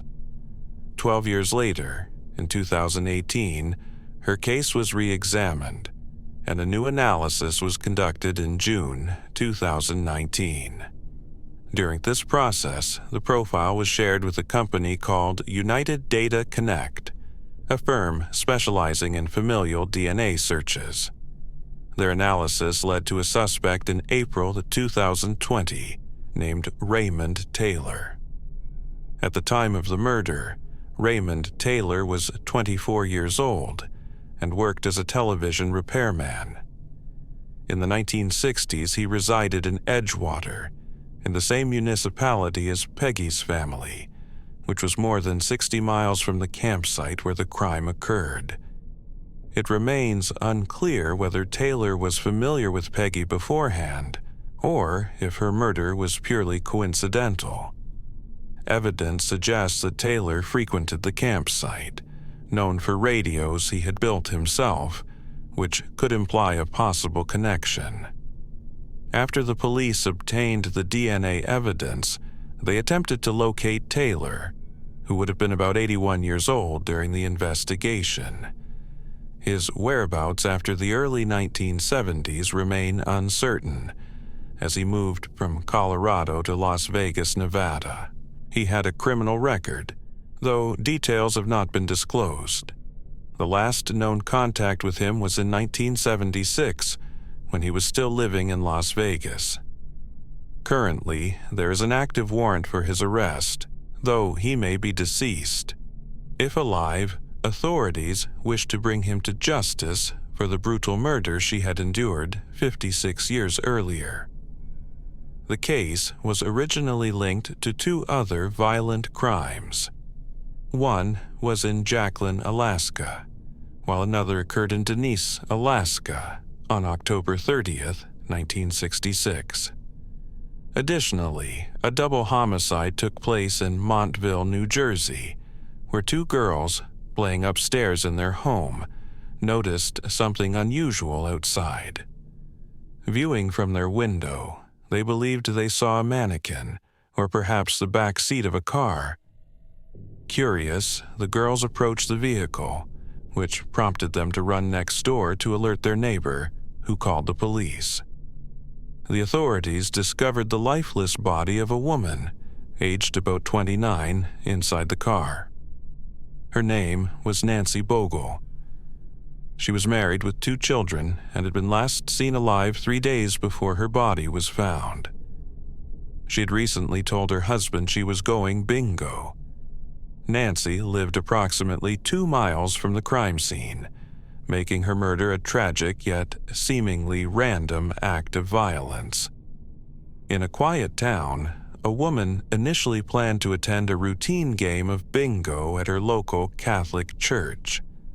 Afterward, she drove away in her car, only to vanish without a trace. Her vehicle was later found abandoned, and her partial remains were discovered days later, lying in her car. Investigators quickly learned she never made it to bingo that evening. Nearby, police found some shopping bags from a store close to the church, clues suggesting she might have encountered her killer before her disappearance. The night she vanished was shrouded in thick fog, adding to the eerie atmosphere of the case. Her corpse was left in the vehicle for 3 days, exposed and undressed, with her body lying under her car. Her wrists had been restrained with thin nylon ropes at her front, and evidence pointed to sexual assault. The victim had been strangled and beaten to death, most likely struck with fists by her attacker. The scene revealed a brutal violence that left authorities overwhelmed. After about a week of investigation, the case went cold, fading into obscurity, and was mostly forgotten over the next decade. 10 years later, another tragic case echoed the unresolved mystery. On the night of December 15, 1977, a woman named Carr was out of town on a business trip, leaving her husband at their apartment in a suburb of New Jersey. That evening, she was supposed to meet her mother-in-law, but she never arrived. The following day, her body was discovered near a motel in Park Heights, New Jersey. The scenes of her death were horrific. Her wrists and ankles were cuffed, her neck covered with duct tape, and her face battered. She had been struck in the face with a blunt object, strangled with some ligature, and left with a vicious wound on her left breast. During police interviews, one witness recalled seeing Carr's husband in the parking lot on the night of her murder. However, since he was out of town that evening, suspicion initially pointed away from him. Despite this lead, the case soon went cold again, with authorities unable to connect it to the earlier disappearance and murder. These two crimes, separated by a decade, appeared unrelated at first, leaving detectives puzzled. 1973 brought another chilling incident in the same area. A woman was found nearly unconscious, badly beaten with bite marks on her breast, evidence that her attacker had left her close to death. She was rushed to hospital and survived, but her memory of the assault remained foggy. She recalled being at a bar, drinking with a man named John Schaefer, and believed she had been drugged during the encounter. Tests were conducted, yet the true identity of her attacker and the full story behind her assault remained shrouded in mystery, adding layers of darkness to the unresolved tapestry of violence that haunted the town for years. The investigation began after a series of disturbing events and unresolved cases. Initially, a woman received a drugged cocktail, leading to an assault that she could barely recall. She later recounted meeting a man at a bar who called himself Jim, claiming to be a computer operator and a father of 3. They returned to a motel room, but as she took a sip, her memory became hazy, and she was soon overwhelmed by pain, with little clarity about what happened next. Despite efforts, police made limited headway in solving this case. Nearly 3 months later, in Hackensack, New Jersey, a call from a motel summoned detectives to a disturbing scene. Inside a room, the bodies of 2 women were discovered, both missing their heads and hands, suggesting brutal torture prior to their deaths. Medical findings confirmed signs of prolonged torment, with superficial cuts on their breasts. One of the victims was later identified as a 22-year-old sex worker named Dee Dee Garzi, who was also a mother. The other woman, still unidentified, had vanished limbs, and her remains had never been found. More than a year afterward, on May 4th, a cleaning woman at a hotel in Hasbrook Heights noticed an unusual smell emanating from a mattress.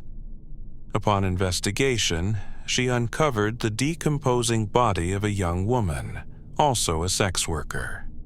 The victim had been tortured for hours before being strangled. Marks indicated she had been restrained with handcuffs, her head wrapped in duct tape, and bite marks on her breasts confirmed sexual assault. The medical examiner concluded she died of strangulation. Around the same period, an investigator linked this case to another from about 2 years earlier, when the body of a severely injured woman was found in a parking lot in Jersey. She was a cocktail waitress who had been drugged, beaten, and bitten. Although she survived her ordeal, her injuries were severe. Just 10 days after the motel discovery, authorities responded to a fire at a New York City hotel, where they found a charred body, a victim of yet another violent death. These cases, connected by patterns of violence, torture, and mutilation, underscored a series of brutal crimes that baffled law enforcement and left many questions unanswered. A woman was discovered brutally assaulted, with bite marks covering her body and her breasts deliberately removed, placed on the headboard as a grim trophy. Authorities identified her as 25-year-old Jean Rayner, a woman known to frequent the nightlife of Times Square. The police swiftly linked her murder to a similar crime 6 months earlier, based on the striking resemblances between the scenes. Despite these connections, investigators remained uncertain about the culprit's identity. Just a week later, on May 22nd in Hasbro Heights, the same motel where Mary Vaylor's body was found became the site of another grisly discovery. A guest had reported hearing screams, prompting police to investigate the room. When officers arrived and managed to open the door, a man bolted from the back exit, and a chase ensued. The suspect was quickly apprehended, later identified as Richard Cottingham, a married man and computer operator from New York, with 3 children living in New Jersey. Cottingham's arrest brought suspicion that he might be linked to the earlier murders on Valerian Street. In both cases, victims' bodies bore similar bite wounds, and horrifyingly, a neighbor testified seeing a man fitting Cottingham's description in the victim's apartment at a parking lot on the night of her death, though her husband was out of town at the time, making it unlikely he was responsible. Further investigation revealed Cottingham's disturbing connection to the victims' lives. He was dating a woman who shared the same apartment building as one of the murdered women, and she later became his wife. During questioning, Cottingham denied any assault on this woman or any knowledge of the murders, claiming all sexual acts were consensual. He insisted he had no involvement or knowledge of the victims' deaths and denied killing them. Authorities eventually obtained a search warrant for Cottingham's home, uncovering a locked private room in the basement, which he was forbidden from entering. Inside, detectives found trophies, a collection of jewelry and personal items, evidence of a disturbing pattern. The case involved a collaboration between the Bergen County Police and the New York Police Department, working together to piece together the gruesome puzzle of a serial killer whose crimes spanned multiple jurisdictions. The investigators, along with Jean Rayner, worked tirelessly to piece together the evidence surrounding the cases. 2 women who had survived previous attacks were able to identify their assailant from a lineup, providing crucial leads. Richard Cottingham was ultimately charged with numerous crimes, including 5 counts of murder, namely, the murders of Mary Valerie and Jean René. Over the course of 3 separate trials, Cottingham was convicted for all 5 murders and sentenced multiple times, receiving terms ranging from 20 years to life imprisonment, up to an overall sentence of 173 years to life. Cottingham's arrest in his late 20s marked a turning point in the investigation. Over the years, law enforcement officials conducted interviews with him while he was incarcerated. In 2 interviews, one in 2010 and another in 2011, Cottingham, then 21 years old and already convicted, recounted encounters at shopping centers where he supposedly committed additional crimes. As a result, he was handed yet another life sentence for a different murder in August of 2010. Police continued visits to Cottingham in prison, and in 2019, he confessed to 3 more murders, expanding the list of his alleged crimes. One such case involved a 17-year-old girl walking home from Midland Park, New Jersey, on July 17th of an unspecified year. When she failed to arrive home, her parents reported her missing. The following day, her body was discovered in a nearby wooded area. She had been strangled with a strap she carried and showed signs that her face had been beaten after death, indicating possible post-mortem injuries. She was not sexually assaulted. Another victim, last seen on April 7th of the same year, was a young woman traveling from a bus station in Hackensack, New Jersey, to another destination. She was seen talking to a man at the station, and her body was found the next morning 3 miles away, in Saddle River, New Jersey. She was fully clothed, with death caused by strangulation, and a crucifix she wore was used as a chain to strangle her. Post-mortem wounds on her face suggested that her attacker may have punched her after she was already dead. 3 months later, in July, a 15-year-old girl from Foster, New Jersey, went missing after telling her parents she was visiting friends. In reality, she had other plans, the details of which remain unknown. Her body was discovered near a cemetery in Saddlebrook the following day, also strangled with a chain or crucifix similar to the previous victims. Evidence indicated she was likely attacked after her death, with wounds consistent with post-mortem blows.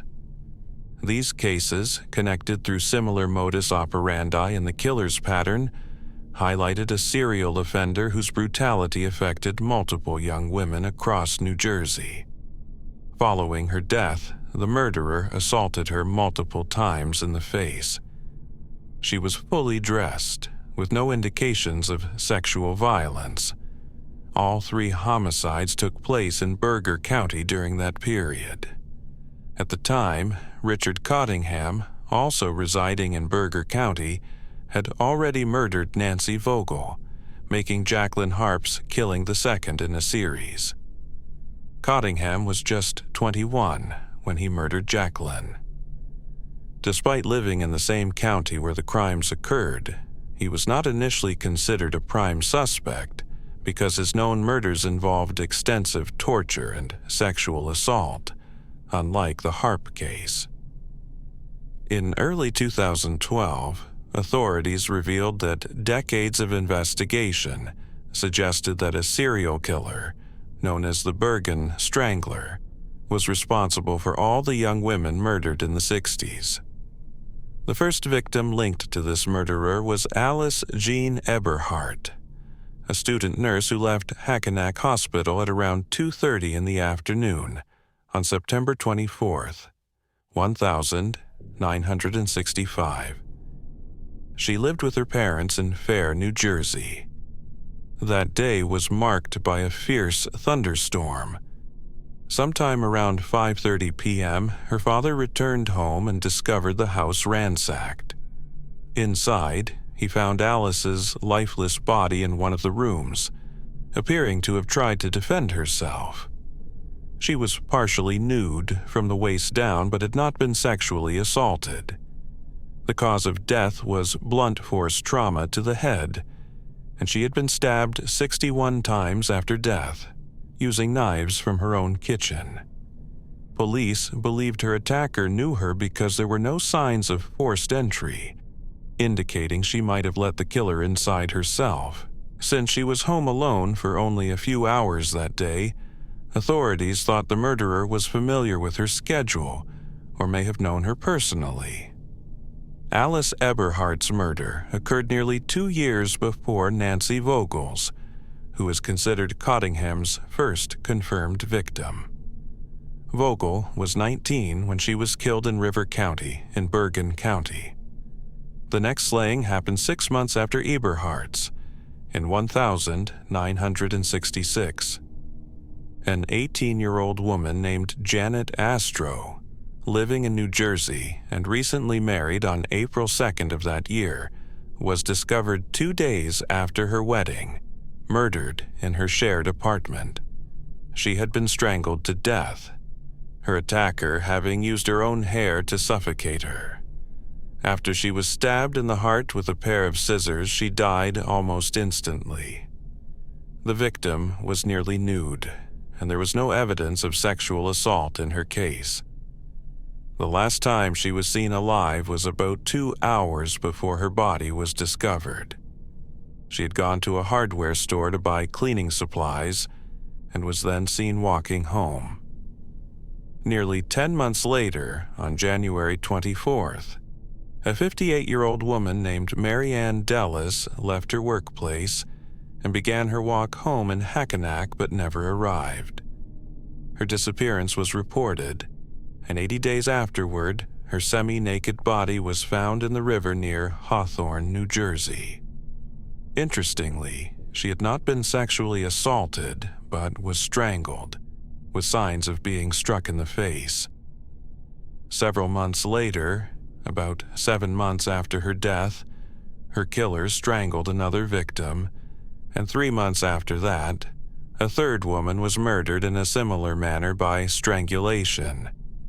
Authorities believed that a single perpetrator might have committed all 6 murders, given the strong similarities among the cases. The victims' murders occurred roughly 9 months apart, and all were located in Bergen County. They ranged in age from 13 to 18 and shared physical traits, either petite build or brownish to reddish hair. Notably, except for one victim strangled with an object found in her possession, most were killed with weapons or methods consistent across the cases. The initial victim was stabbed with 2 knives found in her home, suggesting the killer sometimes carried a weapon, but not always.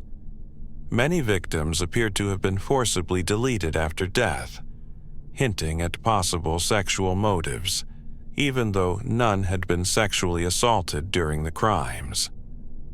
Questions arose about Richard Singham and whether he was responsible for the murders, particularly why he did not confess to them all, or whether the first 3 killings were carried out by different individuals, possibly separate serial killers.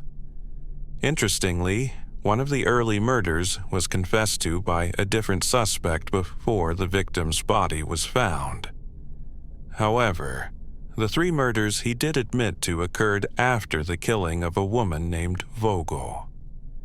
Another connection involves the case of Bridget Codingham and other victims found in Bergen County. On August 9, 1979, several women, all nude and found in wooded areas, went missing. Their bodies, which had been bound at the wrists and ankles and subjected to sexual assault, were eventually discovered later, raising questions about whether the same killer or killers could be responsible for these crimes as well. Among tragic cases of violence, some remain shrouded in mystery for decades. One particularly haunting incident involved a young woman found strangled, having suffered brutal sexual assault and severe beating.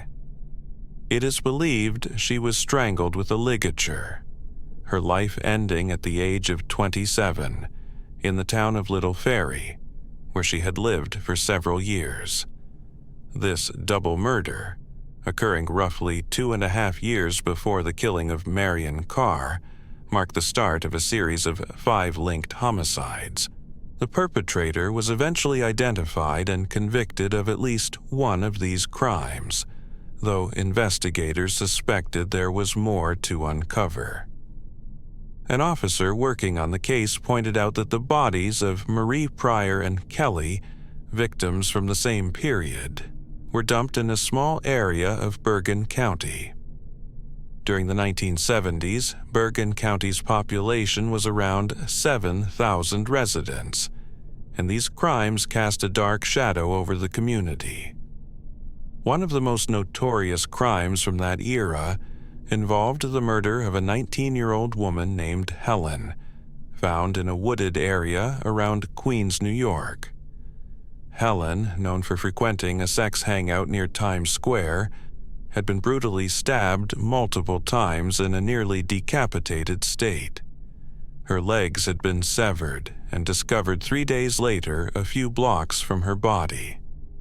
What made her case particularly notable was the presence of bark on her body, indicating some peculiar circumstances around her murder. This series of violent assaults continued with the murders of 2 other women, often referred to as Jane Doe, and another victim, who were killed before and after Helen. An individual named Tingham was convicted and is still serving time for the second and third series of these murders, yet he has not been formally charged or linked to all the crimes. Interestingly, Tingham, sometimes called the Time Ripper, is presently incarcerated in Trenton, New Jersey, where he is 73 years old. Since his imprisonment, he has confessed to 4 killings, prompting law enforcement to continue visits and investigations in the hope of uncovering further details about additional murders. In a different but equally mysterious case, in August of 1980, authorities in Weberville, Michigan, received an extraordinary letter from a woman living in a nursing home in Cedar Rapids. Her identity remains undisclosed. She revealed that she had carried a terrible secret for over 5 decades, one that gave her relentless nightmares. The woman claimed that more than 50 years earlier, her ex-husband, Russell Smith, had murdered a couple in Weberville. She believed their last name was Monroe, and that the victims were well-to-do residents of the area. This startling confession prompted an investigation by the state police. Historical records revealed that in 1926, a couple named Monroe was attacked at their farmhouse just outside Fowlerville, about 5 miles from Weberville. The couple consisted of Arthur Monroe, 54, and his wife Marion, aged 52, who lived and worked on their farm near Fowlerville. However, the full details of the crime and whether Russell Smith was involved remain uncertain, making this one more piece in a long, complex puzzle of unsolved murders and concealed secrets. In early June of 1926, the Monroe's family sold their farm for $17,000, which, accounting for inflation, amounted to roughly $250,000 today. Despite completing the sale on June 10th, they continued living on the property. The following morning, a farmhand found Arthur lying unconscious on the ground between the house and the garage, having been multiple times struck in the head. He was still alive, but unresponsive. It appeared he was assaulted while carrying groceries from his truck into the house. The farm worker called for help, and upon returning with a friend, they carried Arthur to the master bedroom. There, a chilling discovery awaited them. Marion, Arthur's wife, lay dead in bed. She too had suffered head trauma, indicating she had been beaten. Arthur was rushed to the hospital, and after a few days he regained consciousness and initially failed to recognize his daughters or brother. Gradually, some memories returned, yet the night of the attack remained a blank. Arthur lived for another 21 years, but was haunted by an amnesia that prevented him from recalling what had transpired that evening. Police concluded that theft motivated the assault, believing the killer thought the $17,000 from the farm sale was still inside the house. However, the money had been deposited at the bank shortly after the sale, leaving only a small amount of cash and the Monroe's watches as a spoil. By 1980, investigators uncovered details about a letter writer connected to the case, leading them to question her. She confided that, at the time of the murders, she was living with her husband, Russell Smith, in a shack near the Monroe's farm, in the swampy area not far from the scene. Smith was then around 30 years old. She described him as a terrible husband, unemployed and often out every night with different women. On the night of the murders, he left as usual, but returned visibly nervous and washing his hands excessively. She believed that Smith had killed the couple, as he had once claimed to her, unaware he himself was still alive when he left the farm. She revealed that they were poor at the time and couldn't afford newspapers to learn the truth, so she trusted her husband's account for more than 5 decades, believing he had committed the crime. She also thought that someone else had been arrested or imprisoned for the murders. Although police had identified 2 suspects, no one was ever formally charged. Russell Smith was never considered a suspect in the initial investigation. When asked why she waited so long to report her husband's confession, she explained he had threatened her and their children. Eventually, they divorced after 10 years of marriage.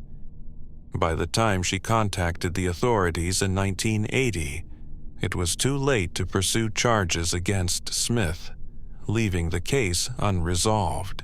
4 years earlier, he had died in Texas, but the case was finally closed when a woman came forward, restoring hope that justice had been achieved after 54 years. Moving to the second case, that of Susan Kilmer, a girl from Rhinebeck, a small village nestled in New York's Hudson Valley. In the 1970s, Rhinebeck's population hovered around 2,300 residents. During the summer of 1977, among them was 14-year-old Susie Kilmer, who lived on Cedar Drive, a peaceful street within the village. She shared her home with her parents, brother, and sister. Despite her young age, Susan often behaved as if she were older. She smoked cigarettes, wore makeup, and socialized with older teens. On July 6, 1977, Susan and a friend hitchhiked to a nearby town called Pipsy to visit a friend in the hospital. Afterwards, they headed to the main shopping mall in downtown Poughkeepsie. Susan's friend needed to pick up a pair of glasses from an optometrist located inside the mall, but they learned the glasses were not ready yet. By around 3:45 p.m., the girls parted ways. That evening, Susan failed to return home, prompting her parents to become frantic, and by 10 o'clock that night they reported her missing. The following morning, as some children walked a rural road outside Rhinebeck, they noticed something unusual at the base of an embankment: the body of 14-year-old Susan Kilmer. She was partially clothed and had died from blunt force trauma inflicted by 2 rocks found nearby, both blood-stained. Blood tests revealed 2 different types: Susan's own, which was type O, and another, identified as type A. Investigators believed that the blood on the rocks belonged to her attacker, with the type A blood representing the killer. Although Susan's clothes had been disheveled, there was no evidence of sexual assault.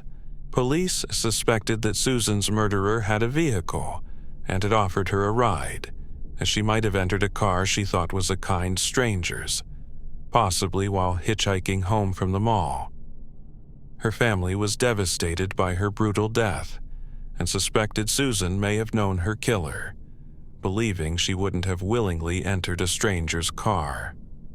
However, Susan's siblings thought differently, viewing her as brave and adventurous enough to hitchhike alone after visiting the mall, possibly getting into a vehicle with a stranger. A large-scale investigation was launched, employing 18 investigators working around the clock for 10 days. Over 400 people were interviewed, yet no arrests were made, and the case soon went cold. The tragedy took a heavy toll on the Kilmer family. Susan's parents eventually divorced. After several years, they believed the case would never be solved, thinking only if the killer committed another similar crime and was caught that the pieces might fall into place, linking the murders and bringing closure. In 1986, law enforcement remained determined to crack a difficult case. A state trooper named John Cordell, suspecting that investigative efforts had reached a dead end, forwarded details of the murder to the FBI's Behavioral Science Unit, requesting their expert insights. The unit responded by developing a psychological profile of the perpetrator, offering a range of clues about his possible characteristics. According to the profile, the killer was likely an individual with emotional maturity akin to that of a teenager or early 20s, yet demonstrably older. He probably consumed alcohol prior to committing the crime. His vehicle was believed to be old and poorly maintained, suggesting limited resources or neglect. The crime scene pointed to an area familiar to him, perhaps close to his residence or routine whereabouts. The suspect was anticipated to be unmarried and living with someone he relied on financially, possibly in a dependent relationship. If employed, he was thought to hold a low-status job with minimal public interaction, which contributed to an introverted personality and poor social skills, especially with women. Rejection by females might have been a motivating factor in his psychological makeup, possibly stemming from issues like overweight or acne scars. Such experiences could have led to diminished self-esteem, reflected in slovenly dress and irregular grooming routines. His education was probably no higher than high school, and he was unlikely to have a criminal record, though any offenses would likely relate to alcohol, such as driving under the influence. The profile also indicated that if questioned about the murder, this individual would likely cooperate, and his actions would be consistent with the outlined personality traits. Although several investigators reviewed the behavioral profile, it did not immediately result in an arrest, and the case remained unresolved. A year later, on September 25, 1987, the police responded to a report in Milan, a town approximately 7 miles from Reinach. The caller was Joseph Martin, a 38-year-old man living with his parents. He reported that after going to the grocery store, he returned home to find his 84-year-old father, Ralph Martin, dead in their backyard. The elder Martin had been shot once in the head with a shotgun. Initially, Joseph claimed his father's death was a suicide, but investigators soon found evidence contradicting this assertion, indicating it was unlikely Ralph had intentionally taken his own life. Confronted with this evidence, Joseph revised his story, asserting that his father, battling significant pain from health issues, had begged him to end his suffering. Joseph stated he had killed Ralph out of mercy, believing it was a compassionate act. Researchers examined Ralph's medical records and learned that his health issues were limited mainly to arthritis in his left leg. To further assess Joseph's involvement, senior state police investigator Thomas Selman was brought in to administer a polygraph test. Having previously worked on the Susan Kilmer case and reviewing the FBI's behavioral profile, Selman quickly recognized striking similarities between the profile's traits and Joseph Martin's behavior. It was also noteworthy that Selman's background included experience in construction before becoming a state trooper, giving him a practical perspective alongside his investigative skills. Joseph had collaborated with Salmon on several occasions, and Salmon knew well enough to observe that Joseph's attire was typically casual, yet unkempt, often stained, with high-top sneakers frequently worn without laces.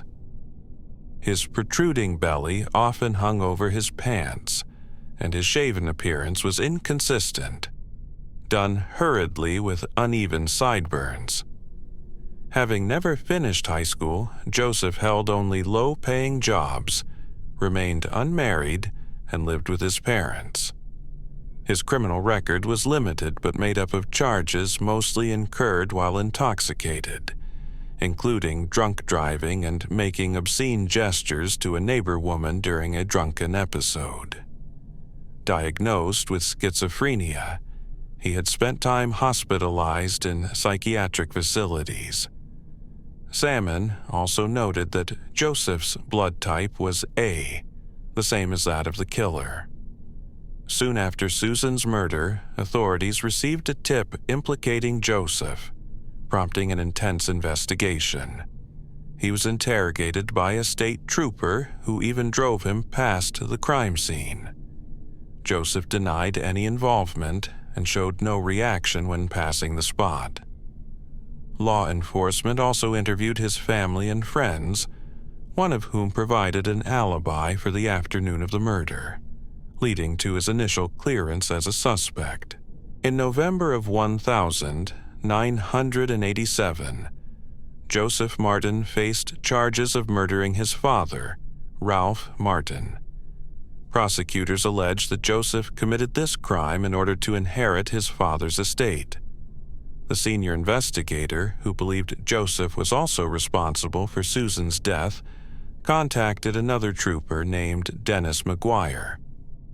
Nearly a decade earlier, in July of 1976, McGuire had been the first responder to a serious car accident involving Joseph, who had been ejected from his vehicle and was unconscious with no pulse. McGuire performed CPR and managed to save his life. Remarkably, McGuire also questioned Joseph after Susan's murder, and he was the trooper who drove him past the site where she was killed. Initially, Joseph was questioned by an unfamiliar detective, visibly shaken and protesting innocence. Later, Dennis McGuire entered and urged Joseph to tell the truth, noting that Joseph expressed a desire to discuss the case, describing a sensation of pressure in his head. At 30 years old during Susan's death, Joseph testified that on the afternoon of the shooting, around 3 o'clock, he left his job at a pie factory, bought beer from a local deli, and intended to drink near the Hudson River. On his way, he encountered Susan, whom he claimed to know from previous meetings, including past sexual encounters. He said Susan recognized his car, signaled him down, and then got into his vehicle. Joseph Martin's story begins in a tragic scene where he found himself near the location where Susan Kilmer's body was discovered. Desperately, he managed to get her into the back of a car, but when he tried to undress her, she resisted. His frustration quickly turned to violence. He began assaulting her, eventually pushing her out of the vehicle.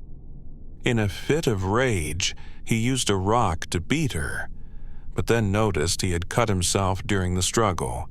Enraged by this injury, he seized a larger rock and ultimately killed Susan Kilmer, bringing her life to a tragic end. Over a decade later, in February of 1988, Joseph Martin was charged with second-degree murder for her death. Due to his history of mental health issues, he underwent several psychological evaluations. By April, he was deemed unfit to stand trial, but just 3 weeks later this ruling was overturned, and he was ordered to face criminal proceedings for all 3 murders he was connected to. In October of that year, Joseph entered a guilty plea to 2 counts of manslaughter, admitting responsibility for the deaths of Cesar Kilmer and his father, Ralph Martin. The court planned to sentence him to a term ranging from 10.5 to 31 years in prison, but the judge delayed the sentencing indefinitely after determining that Joseph was still mentally unfit.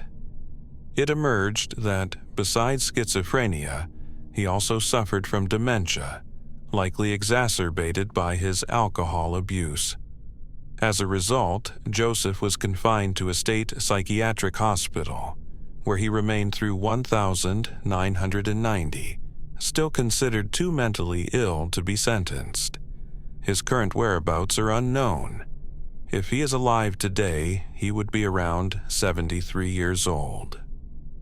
Moving to a different story, we meet Daryl Parker, who grew up in Iowa and attended Iowa State University's School of Forestry.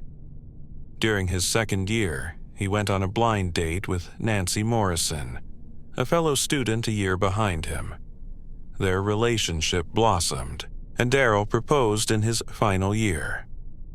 They married in March of 1954, shortly after which Daryl moved to Lincoln, Nebraska, to start work as a city forester.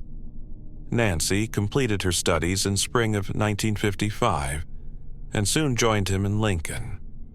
The couple's new residence was an isolated house located within a city park, a perk of Daryl's employment. Nancy found work as a dietitian at a local flour mill, where she and another woman developed recipes for the mill's products, which were then displayed on packaging. She also appeared on a local television cooking show, sharing her culinary skills with the community. The newlyweds felt incredibly fortunate, but often wondered when life might take an unfortunate turn to balance their luck. On the night of November the 13th, 1955, their home was burglarized. The theft was minimal, as the couple did not possess much to steal. In response, Daryl's employer installed a security fence around their property. A month later, on December the 13th, Daryl spent the evening wrapping Christmas presents while Nancy prepared holiday cards, continuing their preparations for the festive season. The following morning, shortly after 7 o'clock, Daryl left for work, leaving Nancy alone at home. She had planned to visit the post office later that morning to mail 2 packages and some Christmas cards. At midday, Daryl returned home. The documentary opened with the discovery of a swollen, unidentified body drifting in a river. Upon entering the house's master bedroom, he was struck by an immediate sense that something was terribly wrong. There, he found Nancy lying in bed, covered with a quilt, with a pillow partially over her face. Carefully removing the pillow, he saw that his 22-year-old wife was dead, her face battered, with a length of twine and a clothesline rope wrapped tightly around her neck. She was unclothed beneath the quilt, and the twine had also been used to restrain her arms behind her back. Daryl quickly contacted the police, who arrived within minutes. An autopsy performed at the local hospital revealed Nancy's face had been beaten, her nose broken and her eye blackened, and confirmed that her death resulted from strangulation. Before her death, she had been raped. The day after the crime, authorities asked Daryl to verify whether anything in the house was missing. The contents of Nancy's purse had been dumped out, and Daryl remembered that she had about $10, which appeared to be absent. At that time, Daryl was under the influence of sedatives, which impaired his awareness. It was later discovered that a suitcase, monogrammed with Nancy's initials, had also vanished. However, Daryl hadn't noticed its disappearance, and it was only a subsequent house visitor, someone familiar with Nancy's belongings, who realized the suitcase was missing. The murder was widely reported in Lincoln news. One witness even described seeing a grimy black 2-door Ford, either a 1949 or 1950 model, parked near the Parker's house on the morning of the murder. Police learned that an ex-convict residing nearby drove a vehicle matching this description. He was interrogated and took 2 polygraph tests. Passing both, he was cleared as a suspect. Nevertheless, a detective, former FBI agent, suspected that Nancy's husband, Daryl, might be responsible. He noted that the twine, the clothesline used in the killing, and the 4 handkerchiefs stuffed in Nancy's mouth all belonged to the Parker's household.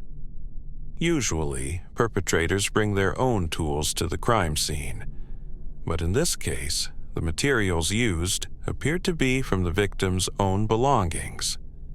After Nancy was laid to rest, police summoned Daryl for questioning, and he voluntarily went to the station. They brought in a criminologist from Chicago named John Reed, renowned for his expertise in polygraph testing and psychological interrogation.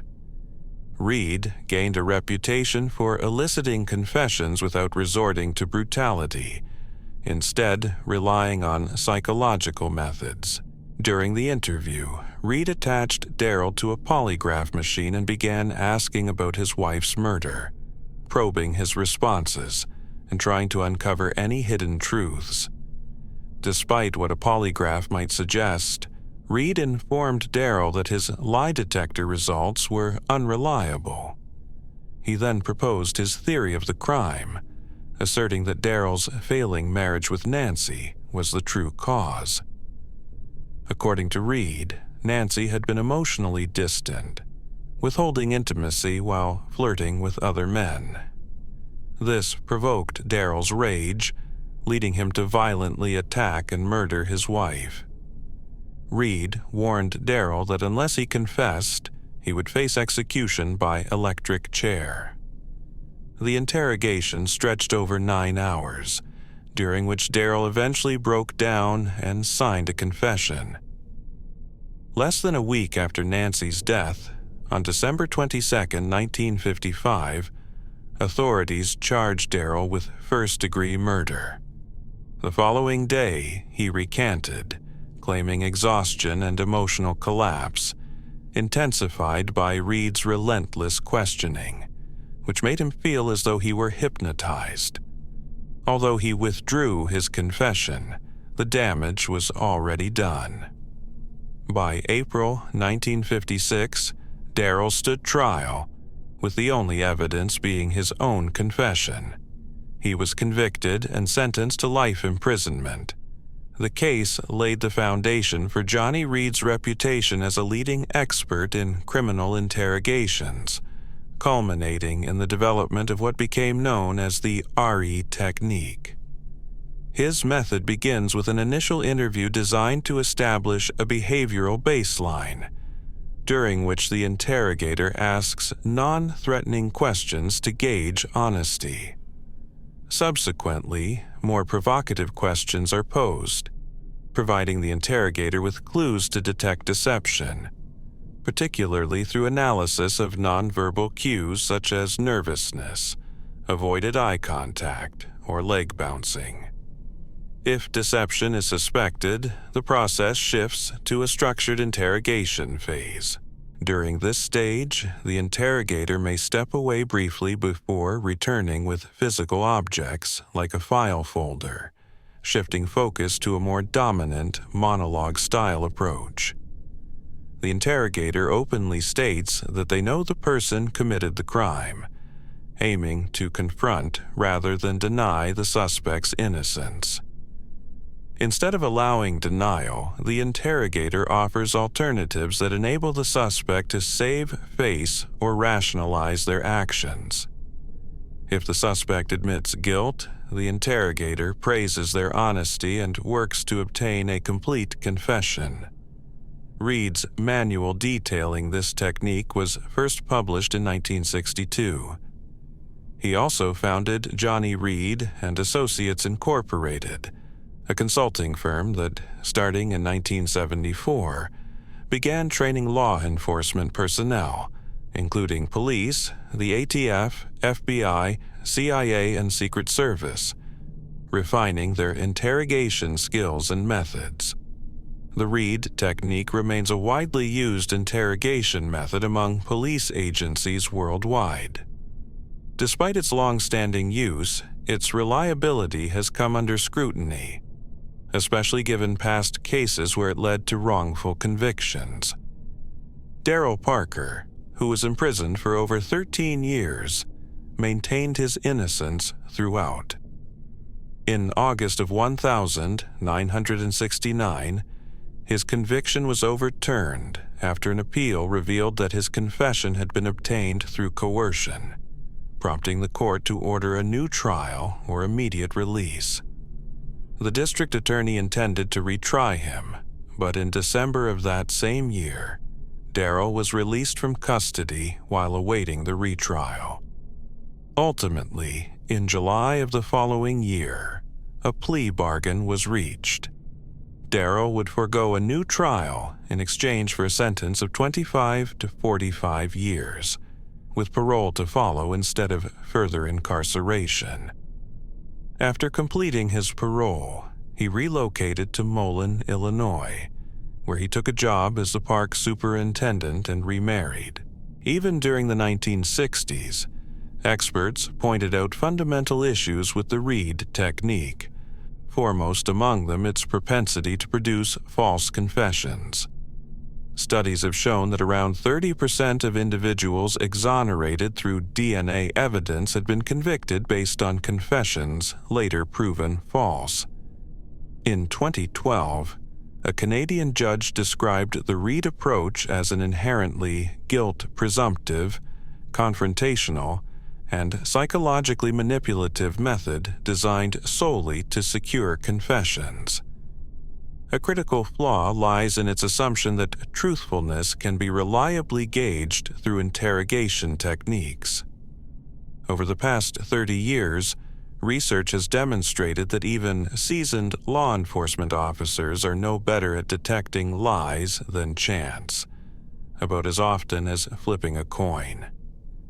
Ironically, police sometimes perform worse in lie detection because their confidence in their instincts tends to be overestimated. A major weakness in the Reid technique involves its emphasis on nonverbal cues, such as anxiety, as indicators of deception. Numerous studies have shown no consistent link between nervousness and lying. Some innocent individuals become anxious under interrogation, while guilty suspects often remain calm, maintain eye contact, and lie convincingly. Despite these scientific criticisms, organizations like Johnny Reid and Associates continue to train larger numbers of interrogators than any other. Johnny Reid, the method's pioneer, died in 1982, before the case that propelled his fame was resolved. The person responsible for Nancy Parker's murder remained unidentified until December of 1988, 33 years after her death. Meanwhile, on July the 3rd of 1988, Wesley Perry, then a 63-year-old man on death row for a 1975 murder, died of a heart attack. Perry had been accused of killing Mary Ann Mittner, a 51-year-old woman, during a robbery at her coin shop in Lincoln. She was bound and shot with a .22 caliber pistol. Perry's initial suspicion was fueled by his extensive criminal record. Notably, he had previously been considered a suspect in Nancy Parker's case as well, illustrating how familiarity with prior criminal activity can influence investigations, sometimes leading to wrongful convictions. He knew the Parker residence intimately because he had been involved in constructing the security fence around it. He was also the ex-convict who drove the vehicle questioned by police prior to Daryl Parker's arrest.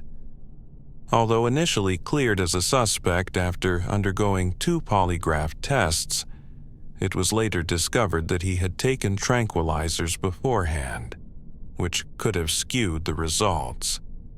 Additionally, the officers administering the tests lacked expertise in polygraph examination.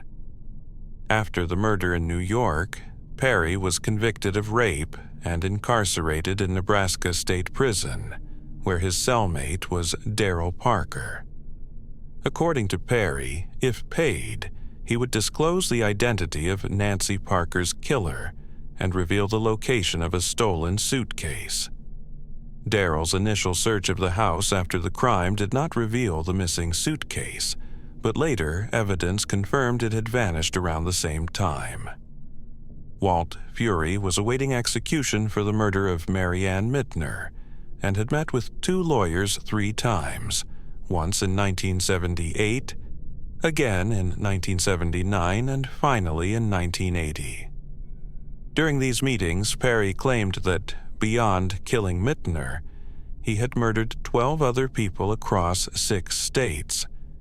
He insisted his confessions could not be disclosed until after his death because of attorney-client privilege. Of these confessions, he specifically admitted to killing Nancy Parker. He even described her house layout and identified a birthmark on her chest. He also admitted stealing NY's watch, which had never been publicly reported. One of the other murders Perry confessed to occurred in April 1954, while he was serving a burglary sentence. During that time, he and another inmate assaulted a young guard, John M. Clausen, striking him on the head with a chair leg and then slitting his throat with a pocket knife the guard carried.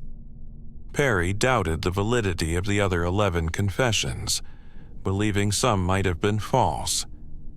In 1988, Perry's confessions became public knowledge, transforming a long unsolved case into what many considered a cold case. Daryl Parker and others who doubted his guilt knew the case was unlikely to be reopened. In 1991, Daryl received a full pardon. 20 years later, his lawyer sought $500,000 in compensation for the 13.5 years Daryl had spent in prison. In August of 2012, Nebraska's Attorney General formally apologized to Daryl, declaring his innocence and awarding him $500,000 in damages.